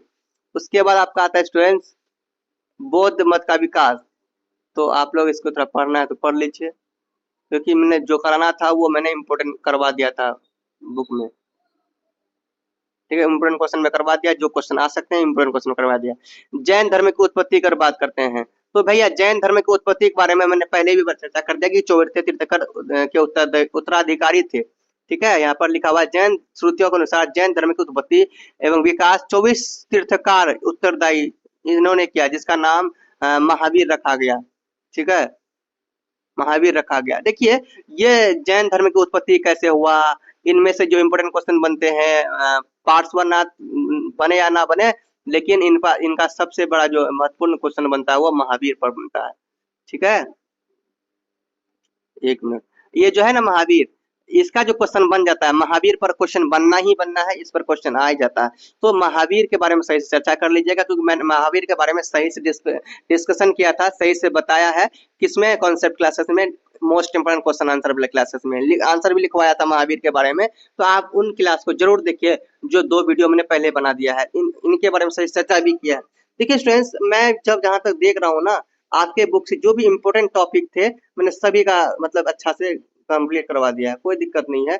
अब डरने की जरूरत नहीं है। अब आप लोग क्या कीजिए, जाइए सिकंदर का आक्रमण के बारे में भी मैंने खुलकर अच्छा से चर्चा किया भैया, है ना। दोनों वीडियो जो कंसेप्ट क्लासेस पार्ट 1 और पार्ट 2 दोनों में मैंने सिकंदर का आक्रमण के बारे में पूरी अच्छे तरीके से मैंने चर्चा किया है। तो आप लोग देखिए भैया क्या मैंने चर्चा किया है। आपको कह रहे हैं कि मैंने जो भी इंपॉर्टेंट जो भी बनता है ना, सब चीज मैंने करवा दिया भैया। एग्जाम में से बाहर क्या आएगा, कुछ भी एग्जाम में से बाहर नहीं आ सकता, तो सभी मैंने करवा दिया है। जाइए कीजिए, डिस्क्रिप्शन में आपको लिंक मिलेगा पार्ट 1 और पार्ट 2 का, आप लोग आराम से जाके कीजिए, दोनों क्लास को तुम घोर के पी लीजिए, टेंशन खत्म है आपका। ठीक है, कोई भी दिक्कत नहीं है, ये सब मैंने करवा दिया। ठीक है, अब हमें कुछ भी यहाँ पर करवाने की जरूरत नहीं है स्टूडेंट्स, कुछ भी नहीं। ठीक है, जो भी इंपोर्टेंट करवाना था स्टूडेंट हम लोगों ने कर लिया है। अब हम लोगों को यहाँ पर कुछ भी हमें करना स्पेशल नहीं है। मौर्य शासन के लिए देखो, मौर्य शासन वाला भी हमने अच्छा चर्चा किया, मगध साम्राज्य के बारे में चर्चा किया। उसमें से मौर्य शासन का जो क्वेश्चन बनता है, इनमें से उन सभी का जो इंपोर्टेंट क्वेश्चन बनता है मैंने चर्चा कर लिया। क्वेश्चन कहीं से भी घुमा फिरा आएगा तो मेरे ही क्वेश्चन पेपर से आएगा, जो मोस्ट इंपोर्टेंट क्वेश्चन है, मोस्ट इंपोर्टेंट टॉपिक पर आया। पार्ट 1 पार्ट 2 में जो करवाई इसी से क्वेश्चन आएंगे, से बाहर नहीं आएंगे। तो देखिए स्टूडेंट्स, मैं ना इस वीडियो को यहीं रखता हूँ, वीडियो लंबा हो चुका है तो सॉरी, अब मैं आगे नहीं करा सकता ना। ऐसा पूरा बुक हो ही गया है, मैंने आपको जो बताया गया इस पूरा बुक हो ही गया, खत्म रखो, पूरा बुक समझ लो खत्म है, क्योंकि जो इम्पोर्टेंट करवाना था वो मैंने करवा चुका। ठीक है, अब आपका यहाँ पर कुछ इम्पोर्टेंट नहीं है, जो भी इम्पोर्टेंट है ना, अभी जो नगरीय प्रशासन ये सब जो भी इम्पोर्टेंट है वो मैंने करवा दिया है। ठीक है, तो आज के वीडियो में हम इतना ही रखते हैं। आप लोग एग्जाम देने के लिए जाइए, best of luck student, exam बहुत अच्छा जगह, बेस्ट ऑफ लक, बहुत बेटर जगह एग्जाम। चलिए, आप लोगों को जाने से पहले मैं फिर से बता दूं, आप लोगों को टेलीग्राम में जाना है, पीडीएफ 2 पीडीएफ मिलेगा, एक पीडीएफ फ्री में डाउनलोड हो जाएगा, दूसरा एक पीडीएफ ऑटोमेटिक डाउनलोड, मतलब क्लिक करोगे डाउनलोड हो जाएगा, है ना, खुल भी जाएगा। पार्ट 2 का होगा वो, और पार्ट 1 का पीडीएफ के लिए आपको इंस्टा में जाना होगा, इंस्टा में आपको पासवर्ड मिलेगा, इंस्टा में मैसेज कीजिएगा, sir please give me password, respect के साथ बोलिएगा। बदतमीजी, कुछ लोग स्टूडेंट बदतमीजी करते हैं, सर पासवर्ड दो मुझे, मतलब ये क्या है भैया, तुम्हारे लिए, तुम हमारे लिए क्या करते हो, मतलब क्या एहसान कर रहे हो यार, पासवर्ड दे रहा हूँ, क्या एहसान कर रहे हो, यहीं से पढ़ लो। है, तुम लोग बदतमीजी करके एकदम डिसिप्लिन से मांगो भाई, इज्जत से, प्रेम से, रिस्पेक्ट से, है ना, लो। रिस्पेक्ट से करोगे तभी दुनिया में सफल हो पाओगे, तभी अच्छा इंसान कहलाओगे, तभी महान कहलाओगे, तभी माँ बाप का नाम रोशन कर पाओगे, तभी दुनिया में कुछ बड़ा कर पाओगे। ऐसे है ना, तो तमीज से बोलोगे, डिसिप्लिन से बोलोगे, ले लेना और अच्छा एग्जाम जाएगा, तैयारी करना। स्टूडेंट्स आज के वीडियो में इतना ही रखते हैं, और चैनल को सब्सक्राइब नहीं किया, चैनल को जरूर सब्सक्राइब कीजिए। नेक्स्ट भी जो एग्जाम में मैं आप लोगों को जरूर सपोर्ट करूंगा, है ना। चैनल को सब्सक्राइब, बेल आइकन दबाइए। मिलते हैं नेक्स्ट वीडियो में, तब तक के लिए बाय। जाने से पहले बोलो स्टूडेंट्स, प्रेम से रहो, प्रेम से पढ़ो, प्रेम से बोलो।